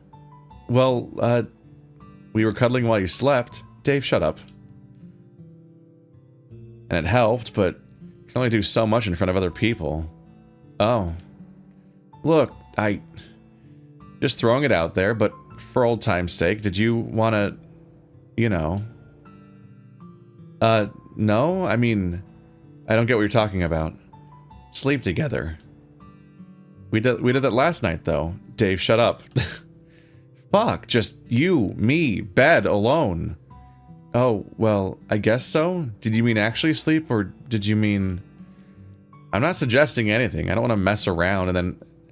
If you want to mess around, then I'll leave that to you, pup. I thought about my goal for today. What I needed to accomplish. The curiosity of what I could get up to with Ty made me shift on the bed. Tomorrow night? Does that work? I guess. Sorry, I just... Not tonight. I'll fill you in later as to why. Spending it with Dean instead? What? No, just... What? No! Just something else. Promise. Well, alright, sure. Tomorrow night. Ty got up from the bed and wandered over to the door, looking over his shoulder at me. I'm gonna head on down and get coffee. Don't be long, yeah? Yeah, okay. Closing the door behind him, I was left on the bed, worked up. I grabbed my pillow, covered my face with it as best I could, and screamed in frustration, coming out somewhere between a high-pitched whine and a shriek. We'd been here a week and I was questioning everything I knew about my relationship with Tyson. Thanks to Roswell's behavior yesterday and Tyson's... Were they even advances? Dave. It took him a few moments to calm down, realizing that maybe this was why I needed coffee in the morning. Not only that, but Tyson admitting that I was his weakness made me think, what if he was mine? He needs coffee because otherwise he freaks out in the morning? What?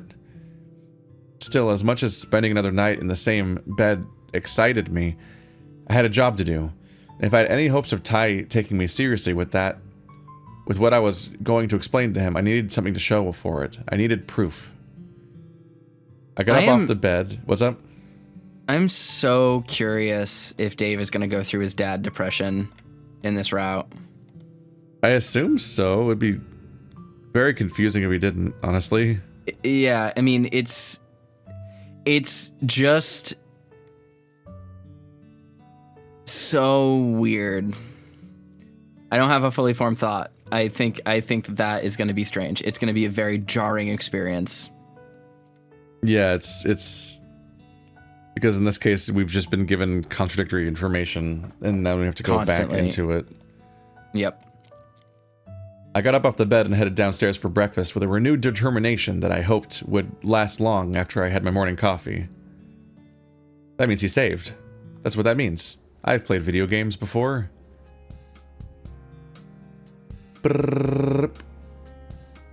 And, I guess next episode we probably meet Oz. And by meet Oz, I mean Skip meeting Oz. But then he will show up in scenes instead of being dead. So that'll be different. Tyson, you should join us. Guessing I know why. Alright.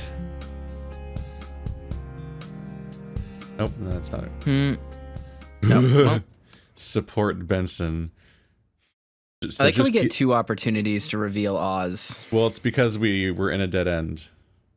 Yeah, I know. You can reveal Oz while Benson's still dead. So the option here changes to now being support Benson. So this is different. Yep, just 8. I laughed, nervous. No sooner were the words out of my mouth, that classic hyena chuckle gave me away. I snuck a glance at Haas, who seemed floored by the comment, but made no mention of it beyond that. Guess he was happy letting things unfold for now. Ah, that is interesting. That's why they set up Haas being a lie detector, because now Dave was forced to lie about how many people exist, and now Haas is like, excuse me? That's not true. The awkward thing being that if you don't lie in the scene, then it doesn't pay off that he's a lie detector for like another 20 days. Like it never comes up again until near the end, I think. But also, if you don't reveal Oz and you do lie, then it's like, oh, the thing that was like set up, like, I remember correctly, it was basically set up in this scene, and then it's paid off immediately. So it's the kind of stuff like, I thought of this character trait right when it was relevant. I laughed, nervous. Right, that one. Well, good to know, I suppose. Might have been a little odd if the person who lived here was still, well, here. Now, Master Roswell, that's why I'm here. If the master of the house were still around, you'd likely have seen him around by now. I nodded slowly. At this point, I wasn't sure if I was convincing myself further on what Benson claimed to be fact, implicating one of my friends as Oz or not. Only 8, huh? Well, hey, if Benson ever wanted in on the scavenger hunt proper, at least we'd have even teams.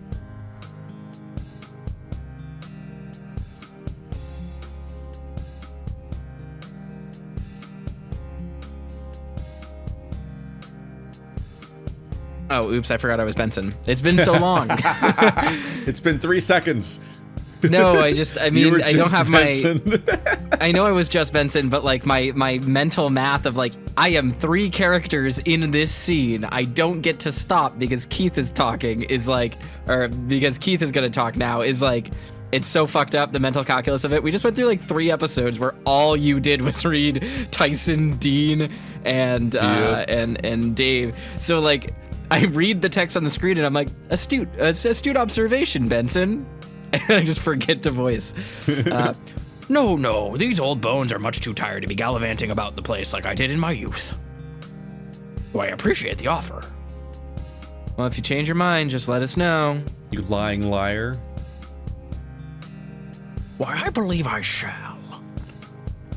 But I believe for now I shall clean up from breakfast and move to doing some laundry. I shall be around if anyone needs anything at all. Benson picked up his breakfast dishes and wandered into the kitchen without another word. I watched him go, fidgeting as to whether or not I made the right decision. Yes, I believe you did.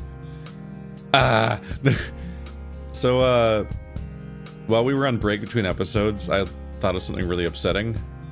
Mm-hmm. And I thought I'd share again. Yay. So... Stop cursing me with your thoughts. Yeah, I know. I keep thinking about more things that are upsetting. So the primary justification for us not leaving for the entire like final third of the story is that if we tried to leave, we'd have to go via the broken road, and which we now know Benson and Tyson can clear just without effort, not even needing description. They just do it. So people can just leave, but everyone kept saying that they wouldn't be able to take Orlando. Orlando specifically is just so unfit, I guess, that he just can't handle whatever the climb or whatever it is compared to everybody else. He's just not strong enough or whatever. Yeah. So anyway, a few days later, a guy walks in who is the most unkillable Super Saiyan Mega Boy that ever existed, and he's so strong and cool, and he can take bullets, and wow. And then Orlando kills him with his bare hands. Yeah. Or at the very least, Orlando bested Memphis in combat and killed him. The unkillable boss is dead. Those two things don't work. Yes. Orlando saves the day this by killing the raid boss, but he's the guy he's so baby girl he can't cross the bridge, and so we all have to stay here and die. Yep. No. I don't know why this game's so bad at having a fucking sealed mystery location that we can't leave. Why'd they leave it so ambiguous? Why did they keep hinting at the idea of being able to leave anyway, and then, like, every time they suggest that someone might try, it never happens anyway, so I don't get it. I don't understand. Ugh. Yeah, I'm coming. Part of me worried about what was going to happen, but I just have to have faith that Ty would be alright. The three of them filed clean dishes. How do you clean the dishes? Oh god, this again. I don't, this can't be real. Doesn't feel like a real point. Is it, I did them in the, because I did them in the wrong order this time? Okay, that's fine. Oh, never mind. This is actually real new dialogue. It's not about dishes. Okay. No, is it new dialogue? Because it's skippable. Well, it wasn't, but I was mashing through it. Oh, I see. But then I was like, oh, this is just about dishes, is it? Let's see. And we'll just skip this. But helping is good, right? Very good, Master Dave. Absolutely, Master Dave. There we go. All right. And there is another thing I wish to thank you for, at least now, knowing you did the dishes. What's that? For not pointing out the Master's presence. Well, there's every chance that he's one of us, right? And there being an extra person will just complicate things, right? There's every chance that he's one of us. I think Dave is still under the impression that Oz could be one of his friends, and the master of the house could be one of his friends. Like that one of them is lying about never having been here, which is technically correct. Complications are a matter of opinion, my boy, but you are correct. There is every chance that he's one of your friends or someone else. What? Literally, did you just... Okay, Why? Sorry, hold on. Complications are a matter of opinion, my boy, but you are correct. There is every chance that he is a person. That's literally what he just said. There are two options. There are two types of people in this dichotomy. Your friends He's either or other people. your friends or other people. So what he literally just said is, yes, you are correct. He exists. It's also like, just, okay. This is just so strange. Like the option was reveal Oz. Like Oz exists. We're about to meet Oz. It just feels so unnecessary for Benson to trying to pretend like, what if Oz is Oswell? That's what's short for. Wait, so is he or isn't he an extra? I was starting to think there were 9 of us here. Did you not come to the conclusion when you conversed last night that there was indeed an extra beyond just your friends? What, you just left the door open to the idea that it's one of my friends. Why are you doing this? Well, now that I think about it, couldn't you be Oz? Pardon? Yeah, like, you know the house well enough, and I haven't seen you and Oz at the same time, so... Astute observation. Perhaps I am Oz. Time to throw Benson out a window. Wait, really? Suppose you'll just have to wait until tonight, assuming you can find the library. Any tips for that, beyond what you said earlier before? Benson seemed to think things over, stroking his mustache. Brrr. That's enough. After all, where else was there likely to be a secret held? With so many books, the answer was bound to be in here somewhere, right? I don't know why that one line's different. I read a few of the titles, I flicked through the pages, stories that I remembered my dad reading to me as a kid. Brrr. I don't know why some of these are different. It'd be very on theme, don't you think? What, like Murder Mansion having secret means of moving around to get to us? Exactly. Wouldn't surprise me if there was something given how big the place is. Why wouldn't you have a secret panic room? If you're rich, why not splurge on one? Is that normal? Saying splurge in the Roswell voice doesn't feel good to me. Splurge. Not a great mouthfeel. Like I said, if you have the money, why not? It's just dangerously close to splooge. That's a term that doesn't come up anymore. I feel like that's sort of a waste of money, isn't it? Maybe, unless you're hiding something there as well. Maybe. My immediate retort fell short. My words catching my mouth. Denying the possibility should have been all too easy, but I couldn't. What did you say? You've fallen for him. Yep. Go on then. The fact that there's variability in this conversation might be why it seems to just start over halfway through in one of the routes or something. I gulped, suddenly feeling uncertain. For a long time, I'd seen Ty in a certain light. A brother, maybe. Something more was equally likely. The more time he and I spent around one another, though. Is there something more than that? Had I just yet to put into words to put it into words, or was I seeing something that wasn't actually there and just something that I wanted to be there instead? You guys have literally had the whole asking each other out conversation. He's family. It didn't feel right. It wasn't inaccurate, but it felt like I was putting things lightly too. Thankfully, Roswell's mood seemed to make him not question my tone. You can't be serious. Family? Wait. Family. Can you go back 2 lines of dialogue really quickly? Thankfully, Roswell's mood seemed to make him not question my tone. And then he immediately questions You our... can't be serious, family? I guess not questioning our sincerity, or... No, he still is. I don't know what the fuck. Family. He's as important as any of the rest of you. Maybe in the same way, maybe for different reasons, I don't know. Dave never knows what anything is, about anything. He always has to, like, never make a declarative statement. He has to, like, caveat him 75 different possibilities as if he's not a finished character. Thinking of him like an older brother? Regardless of what he is, though, he's still important. So I'm to play second fiddle to him just because I was gone for a while? Oh Yeah. my god, you jealous little fuck. Fuck First of all, you. it's just weird to be... It's weird to sort people into a friend hierarchy, but also like, yeah, fuck you, you were gone for years. People have lives. They aren't just gonna wait around for you and like make time for you when you feel like being around again.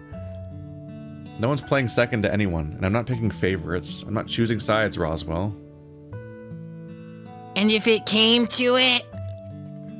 Then I'd be disappointed that you think I'd be willing to abandon any one of you just because of a personal gripe you can't let go of. And trust me when I say that if you make me choose, well, you might not like the answer you would... What the answer would be. We had the same conversation. I think it's like the same thing, yeah. Yeah, it's just not marked as skippable. Now it is. But once again, Dave suddenly speaking with a weird clarity and precision that contrasts Yeah, that's everything else about him. completely not part of his character. Ah, but before I do. That was almost Beck voice. Oops. But before I do. Oz wanted me to deliver something to you. Oh? How come?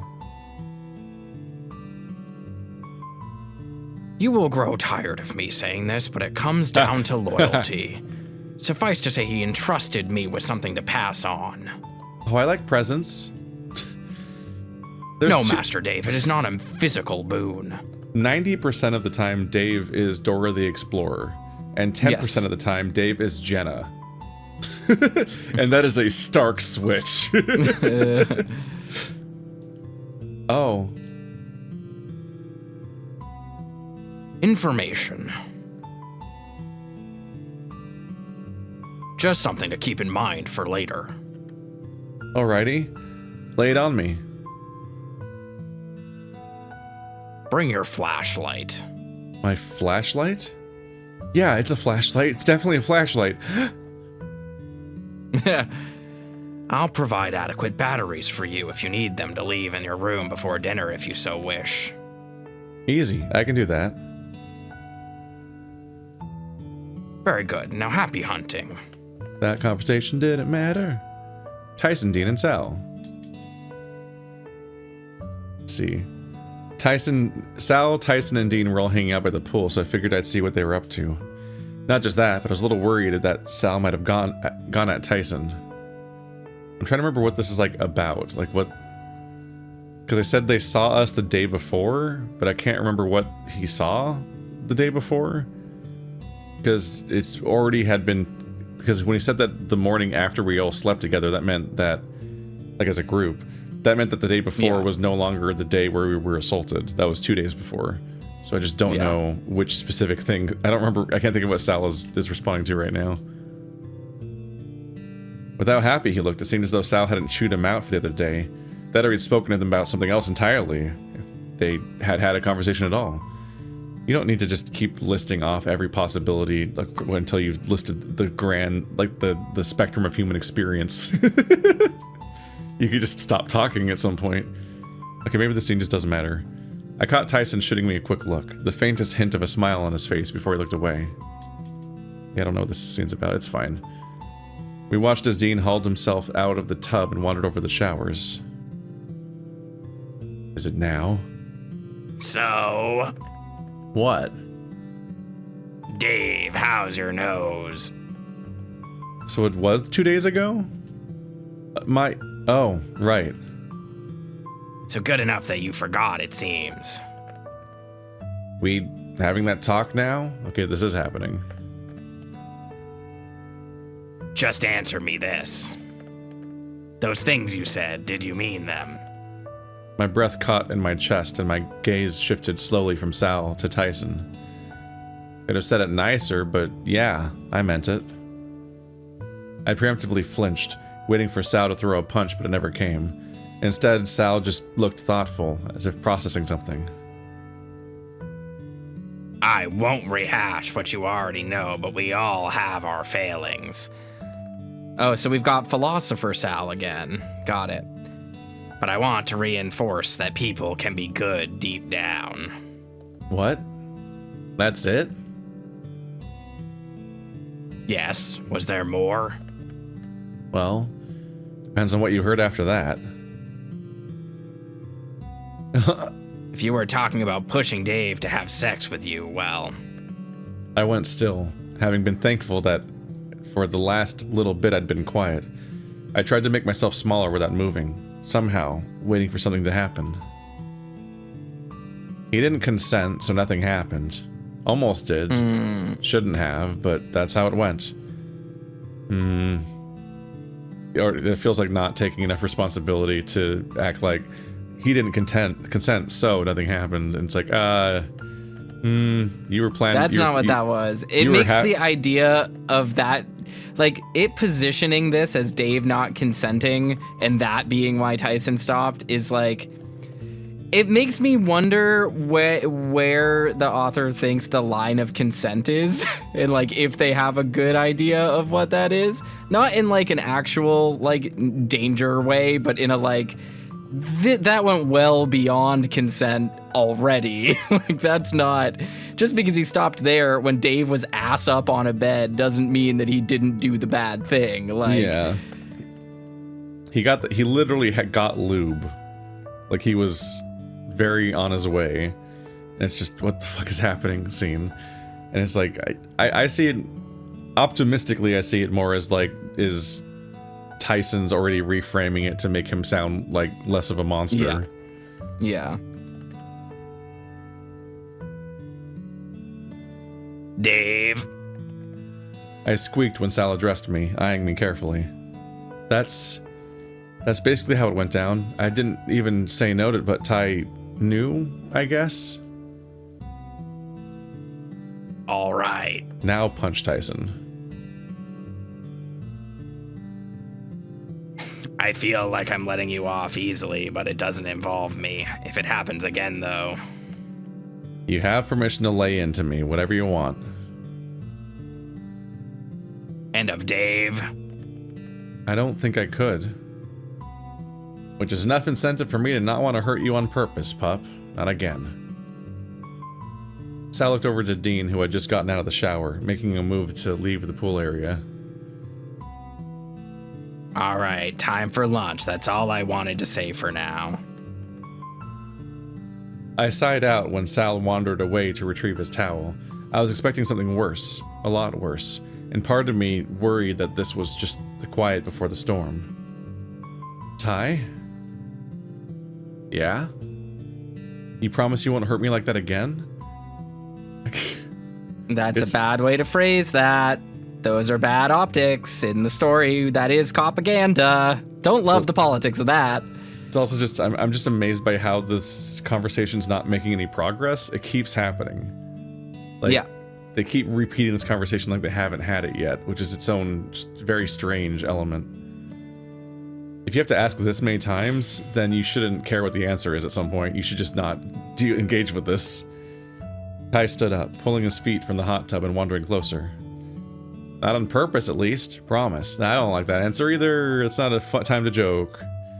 Now come on, let's get some grub. When people kept recommending the Tyson route, I never expected it to be like 50% about him assaulting Dave. Yeah. That's just most of the story. That is strange and upsetting. Apologies, Master Dave. I have faith you'll think of something. Thanks, Benson. Cool. I chuckled again, shifting uncomfortably. It was maybe a half lie. There was more than that. It was becoming more apparent to me the longer we stayed here. It's really just... Yeah, it's just different thoughts about Tyson. I had to stop myself from saying it. If I was going to make that sort of call, I wanted to be certain. Sure, admitting that you loved a brother was one thing, but it was the very idea that was tainted for me. He's his brother I didn't now. want to risk it. Yeah, now he's his brother. He became his brother. It's its own strange. I gulped, realizing why Benson had said to bring my flashlight with me. It was almost pitch black down there. I don't know why Benson telling to bring a flashlight is a unique quirk of this branch. That's... I don't know. Did Sal say to bring a flashlight otherwise? Like, I don't know why it's not marked as seen before all that stuff. I'm about to leave, though. You going for a swim? Oh, I was just wandering around. Maybe splash around my feet or something. Stop explaining how to use a pool. I looked between Sal and Ty, wondering what was going on. It was almost as if Sal was waiting for something to happen, and Tyson wasn't doing it. Or maybe something else? You can stay if you want. I wouldn't mind talking if Tyson doesn't need you. Well, come walk with me instead. Oh, I guess I can do that. Well, come on then. Come on then. Oh, that's you. Oops. You. Tyson Sorry. led the way, heading back to the heading away from the back door to the mansion, in favor of heading off to the side of the house, towards the tree line of the forest, and stopping short of a tree, turning face to me. Ooh, what a sentence. Okay. Ty? What? What were you talking to Sal about? Was it, you know, P going A? Yeah, it was. Bastard tore into me something fierce. Wow.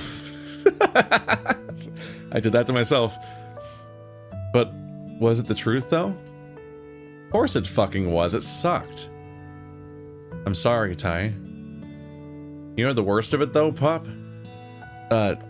No, but he offered to hang out more. Oh, no. I let the comment hang in the air, confused at what Tyson had said. But that's good, right? Good things are good. Yeah, I guess. Just fuck. Tyson began to pace, and I just watched, at a loss as to what to say or do. I almost jumped when he slammed his fist against a tree nearby, recoiling and shaking his fist after. And then that stuff he said about you and just... What did he say about me? Oh, nothing. Don't worry about it. I closed the distance between us and threw myself at him, wrapping my arms around his chest. Come on, Ty. Tell me? Fine, fine. He didn't hug me back, but didn't push me away either. Asked if what happened with him and Orlando helped you and me any. Wondered if either of us had confessed soon after. Confessed like... Love, Dave. Come on, keep up. Sorry, that doesn't seem so bad. Pissed me off a little. Maybe Roswell yesterday made him ask about it, but I don't know. I just wish they'd leave you out of it. Ty? What? I've got your back. Fuck off. Oh my god, the fucking blush. Goofy ass blushing. He repeated I got your back like a mantra, but I've been specifically not choosing that every time. So it doesn't work quite the same way. I really do. Yeah, I know, Pop. I fucking have yours. It was then that he hugged me back, giving me a slight squeeze. I stole a look around us, frowning. It was always when we were alone. Always when others couldn't see. What's wrong? Just moments like this. We do this often, right? Often enough, I guess? No one else is ever around. And? Well, if the others knew and could see, then maybe... Yeah, I don't know about that, pup. Like the idea of having it in myself, at least until you find yourself a decent guy. I blushed, chuckling softly to myself. You think it'd help? I do. And for what it's worth, you're a decent guy. Yeah, well, imagine how Dean's gonna react seeing you get all comfy with me instead of him. I laughed openly, and the pair of us separated. Ha ha ha, Dean's a jackass, we all agree on this. Tyson seemingly in a happier mood after a good hug. So what now? You doing anything? Not really. I was just gonna wait around until dinner. What about you? I was gonna do some weights after that conversation, but what? Wanna just go chill and listen to music instead? Don't feel tired and, not much else to do with just the two of us. If you wanna go work out, I can come keep you company. Doesn't bother me any. Alright, I'll go blow off some steam and then we can chill. After Ty lay into the punching bag for a bit, we went back to his room so we could have a shower. I ended up falling asleep on his bed, with him waking me up when it was time for dinner. Brrr. I had my flashlight in hand. Blah, blah, blah. I don't know. I'm so confused by that. It doesn't matter, really, but I just don't know why the flashlight is the one weird thing that's coded to happen differently between routes, and I don't know what we could have done differently to cause that. Tyson, he was pretty beat up, so he was explaining the vision. Explain, please. Like, you know, cut up all over. We're at Oswin. As I tried to mime what sort of marks I remembered, I felt my voice crack, finding it hard to remember. Where? Outside, on the grass. You seem distraught. Of course I'm distraught. I don't like thinking about any of my friends potentially dead. I feel like I have to give this guy a different fucking voice, because it's actually going to be around all the time. Do I try to give him like fucking Patrick Warburton? Then take a deep breath. No, that's not how I did that. I haven't done it for fucking ever. I did, it was Gumshoe in Phoenix Wright. I can't,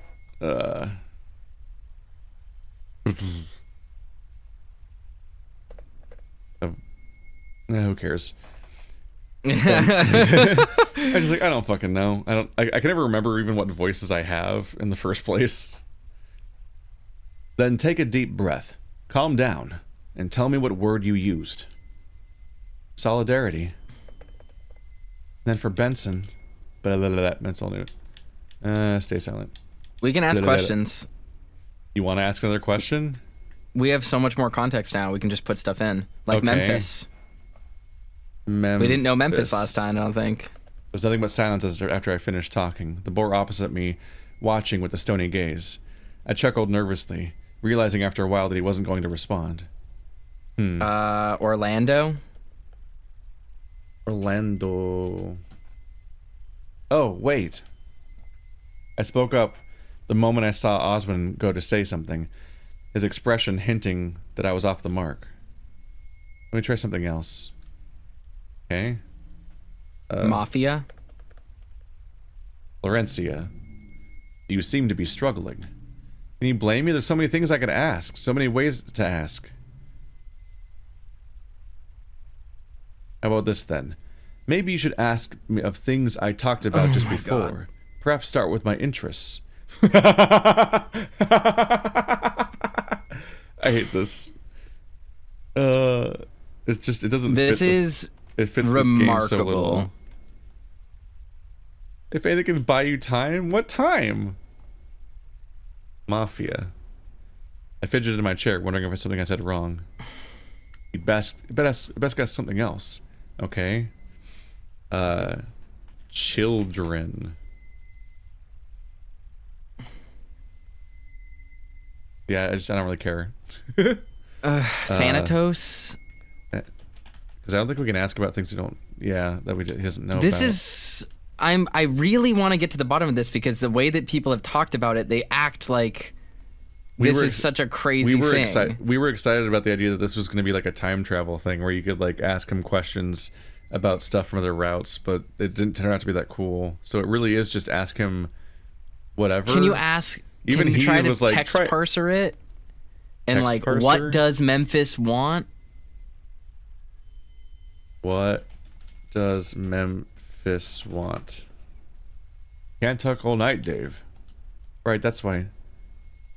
Oh my god, this is the worst section. I mean, I know he's removing it, so it's just not in the game anymore. Yeah. After this, but like, this is. I have no idea what was ever supposed to happen here. I'm just gonna leave. Yep. Osmond stretched before yawning, not bothering to cover his mouth or hold it back. I got up, shaky, before following suit. Did I just like, is that a reference to me asking too many questions and it being later now? I stopped in the darkness, smelling something, my nose scrunched up, trying to remember where I'd placed that smell. It wasn't one I associated with danger, so there was that, but definitely not one that I was expecting to be smelling here, and now of all times.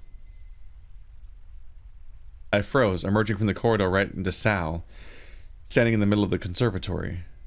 Something didn't seem right about this. Something felt off. Sal? Are you okay? I looked behind me quickly, closing the bookcase while keeping an eye on Sal. It was odd. He wasn't responding to anything. Instead, just standing there, staring at me. Sal, what are you doing? I can explain about the bookcase. I gestured over the now concealed pass, we know what this is. He's mind-controlled, it's fine. We don't need to hear the exact word choice. This is us discovering Sal's sleepwalking because it didn't come up yet because he doesn't die on day 7 in this route. Yeah. Which maybe means his sleepwalking is the massacre ending, normally? The footsteps were quiet but purposeful, making a beeline for the bed. I could tell who it was right away. I'm sleeping, Ty. Bullshit. I grumbled as Tyson sat down on the bed next to me. I pulled the covers up higher over my head as he continued.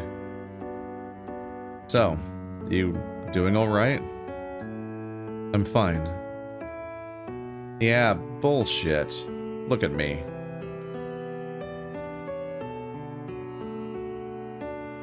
I didn't need to do much, as he pulled the covers back, exposing me to the light. Opening my eyes carefully, I looked at him, and the cup of coffee he was setting on the bedside table next to my phone. Huh? What? I picked up my phone, trying to do something to it before sitting it back down. You alright? Don't lie to me, Dave. I have a good guess as to what kept you in bed this late. I made a sound somewhere between a grumble and a whine, looking away from him. With a sigh, Ty picked up my phone again, and I watched him rub his thumb across the blank screen. Voicemail again? Yeah. Alright.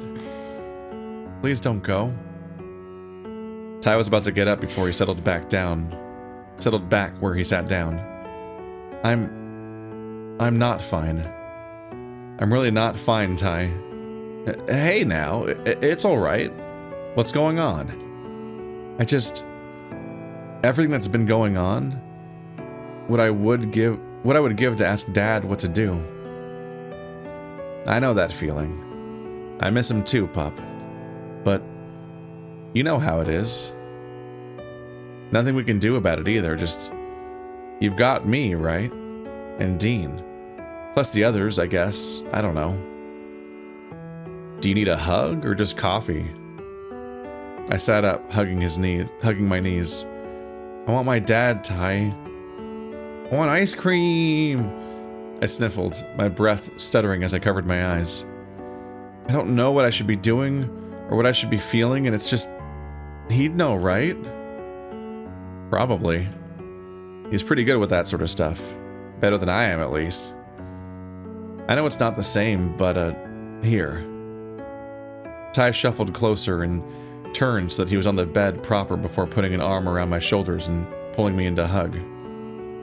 Almost immediately I threw myself at him, and no sooner had my arms around him No sooner had my arms around him, he put his other around me in kind. Yeah, it just doesn't quite... Something's missing, so I'm not going to even parse that one. Hey, Dave? I looked up at him, sniffling and wiping my eyes. What? The look he gave me was soft and uncertain, the mouth barely open as if he was about to say something. Wrong your coffee is gonna get cold. It's especially weird because he restarted the sentence with the correct your. And this should be the same your. My what? Yeah. Here, I brought you coffee. Wait, that's not your coffee. Nah, you missed breakfast, so, coffee. Dave!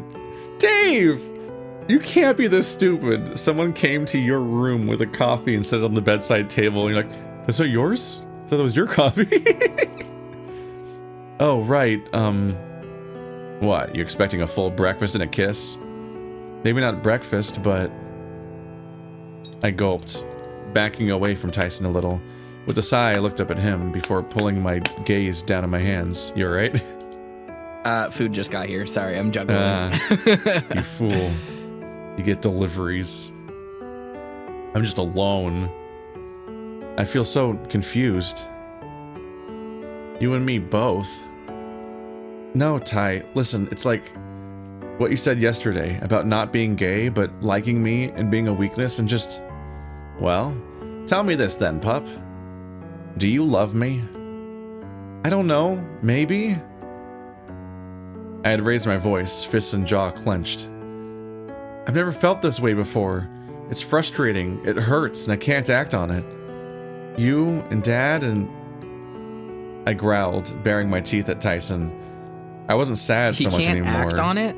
He's been acting on it. What are you talking about? You've been sleeping it with him. Like, what? Like, not having sex, I don't think, but... I think they're trying to indicate that he's dealing with Oz stuff and can't act on that. Gotcha. And so he's like, he can't, because at this point in the story, you have nothing to do. He was literally, I mean, I'm not... Obviously, Tyson's sexual assault is a bad thing, but Dave is like, we can't act on this. I feel too weird about it. But then is just like willing to just go into this situation where he's like, yeah, I'll date you after you tried to SA me. Like, that's fine. I love you. That's progressing a relationship. One that had as many red flags to get you out of it as possible, and you still went forward with it. What are you talking about that you can't act on this? You literally did. Yeah, but I think it's him taking out his frustrations about what's happening in the story, like the main story, and just mixing it in with interacting with whoever he's in a route with right now. Because right now it's like, I don't know, man, your friends are probably gonna die, and there's like passwords sometimes, or the vault or whatever, and then Osmond just like sends you back out with no actionable information. So you're just like, what the fuck am I doing? And that's what causes all of the dad dreams to happen, and we're like in that territory now. What if you up and leave one day and never come back? What then? Are you just gonna leave me like Dad did? Because if you are, then I don't want to be around you anymore. He didn't say anything in reply, instead just reaching over the bedside table and grabbed the coffee, carefully holding it out for me to take. Anything else you want to say? My eyes flicked between him and the coffee. I wanted to stay this revved up, this annoyed, but I was quickly losing the drive. Yes. I snatched the coffee from Tyson, the scent grabbing me before it made it to my mouth. And I drank deep, closing my eyes. As I swallowed, my frown faded and I just felt silly lashing out to Tyson. Instead of admitting it, I just kept drinking.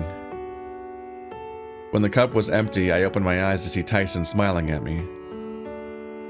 Feeling better now? I'm sorry. Don't be. If anything, I'm glad you got it off your chest. But... what? I don't even know anymore. Cool conversation. I sighed out, shaking my head. I should get up and get something to eat, then... I don't know, maybe go for a walk? I've got stuff I need to think about. All right. Tyson took the mug from me and suddenly grabbed me by the back of my head, bringing my forehead to rest against his chest. Come grab me if you need anything, all right? It wasn't a kiss, but he placed his nose against the top of my head and held it there briefly. I meant it when I said you're my weakness, all right? You need something? You tell me, and I'll make it happen if I can. I'm fine being the strong one for you, if you need it. What if I wanted to be the strong one for you? One day you might be. Maybe. Until then, it's my job. As he pulled away, I held tight, stopping him from leaving. 5 more minutes, please? Tyson and I cuddled a bit longer before he got up and let me change in peace. My hoodie was still being washed, apparently. Not that I could see it anymore. I settled for other clothes. Not that it had the same level of comfort, but I'd make do. At first glance, it seemed as though there wasn't anyone else around.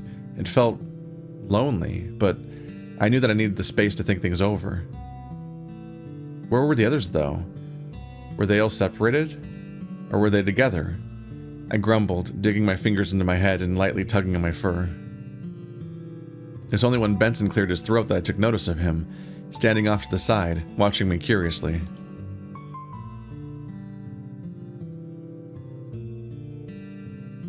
Are you quite all right? Oh, sorry, I didn't see you there. I haven't been here long, but you seem distraught. Maybe? Actually, no. Yes, I am. Just... I threw my hands up, before letting the entirety of my body slump just shy of being enough to make me fall on the floor. I groaned. I'm not gonna parse that one. Last night took a lot out of me. Did you make the most of it, though? I guess it... I don't know if it's really gotten me anywhere, though. Indeed, Master Osmond mentioned as such when I brought him his breakfast. Was he saying it about him or me? He's undecided about himself. All I know is that he was eager to get to his lab this morning to do something. I may have been around a while, but when the Master goes on about... Benson paused, toying with his mustache while he pondered something. The more technical aspects of both his hobbies and qualifications, I find myself at a loss. Oh, well, okay.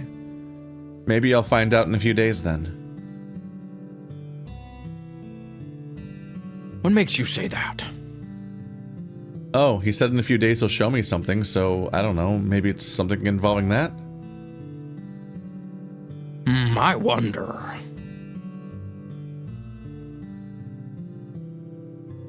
Oh yes, before I forget, your laundry is almost ready. This is something we care about. Great. Thanks for the update in that it's not ready.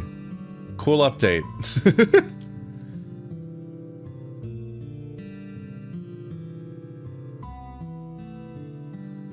I would advise against being so messy in the future. Pumpkin stains are easy enough to get rid of, other things not so much. Come. Promise.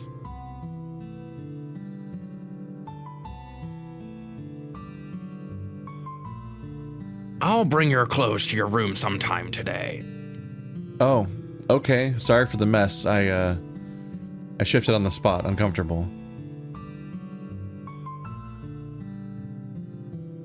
Now, my boy, if I had to clean up after Master Oswin, I'm sure your room will be fine by comparison. Is he really messy? Oh, you have no idea. It's a pigsty in there, waka waka. Now I best be off. Good day, Master Dave. Oh, see you later, Benson. I watched Benson move towards the stairs and about halfway up before continuing on. I guess it's mostly new just because I think Oswin might have been dead already. I'm not sure last time. I have no idea. I wondered if it was worth bringing up to the others, if seeking help with the others was worth blowing Oswin's cover. This is a small reference to the fact that they don't know about him. That's right! Benson made us lunch before moving off to do something else. Not sure what else, though. He seemed to be in a hurry. Alright, just tiny. Yep. Or at least I would have if it wasn't cut off immediately after being asked. He's coming with us. Wait, I am?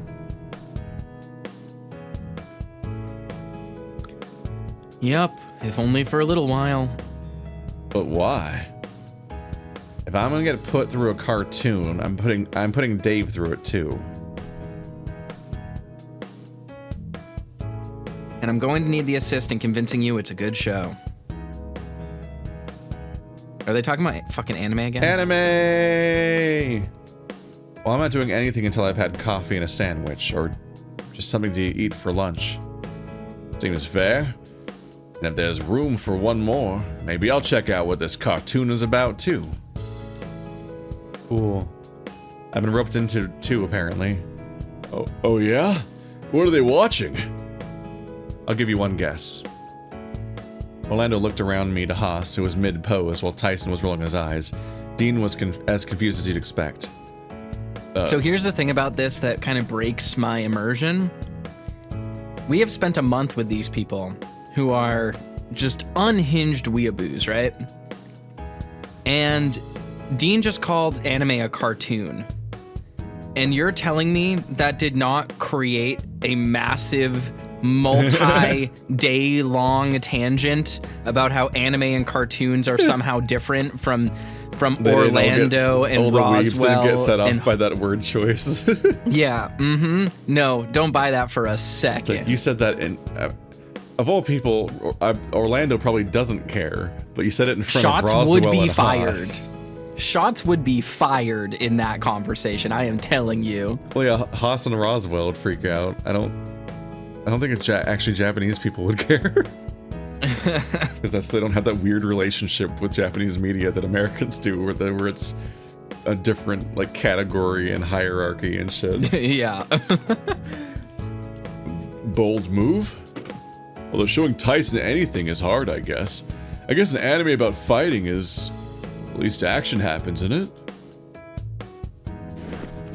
What kind of show is it? Oh, so imagine they're like ghosts that help you fight. It's JoJo's Bizarre Adventure. It's JoJo's. They're just talking about JoJo's Bizarre Adventure. If you want to make a JoJo's reference, just make a fucking JoJo's reference. They're not ghosts. They may as well be. It's because he doesn't like ghosts. Whoa. I hope you can enjoy your ghost fighting cartoon. They're not ghosts, Sal. More embodiments of the soul. Of a fighting spirit. Can't they all just get along nicely? Says the guy who assaults his best friend for saying an out of turn joke who wants to become a cop. Yeah. Just putting that out there. The fighting is how they get along. Roswell shook his head and handed me the coffee to me, letting me drink in deep. Not long after did Orlando sat down the sandwiches in front of me. Sat. That's technically sentences. If you get tired of watching anime, you're welcome to join us if we're still playing, Dave.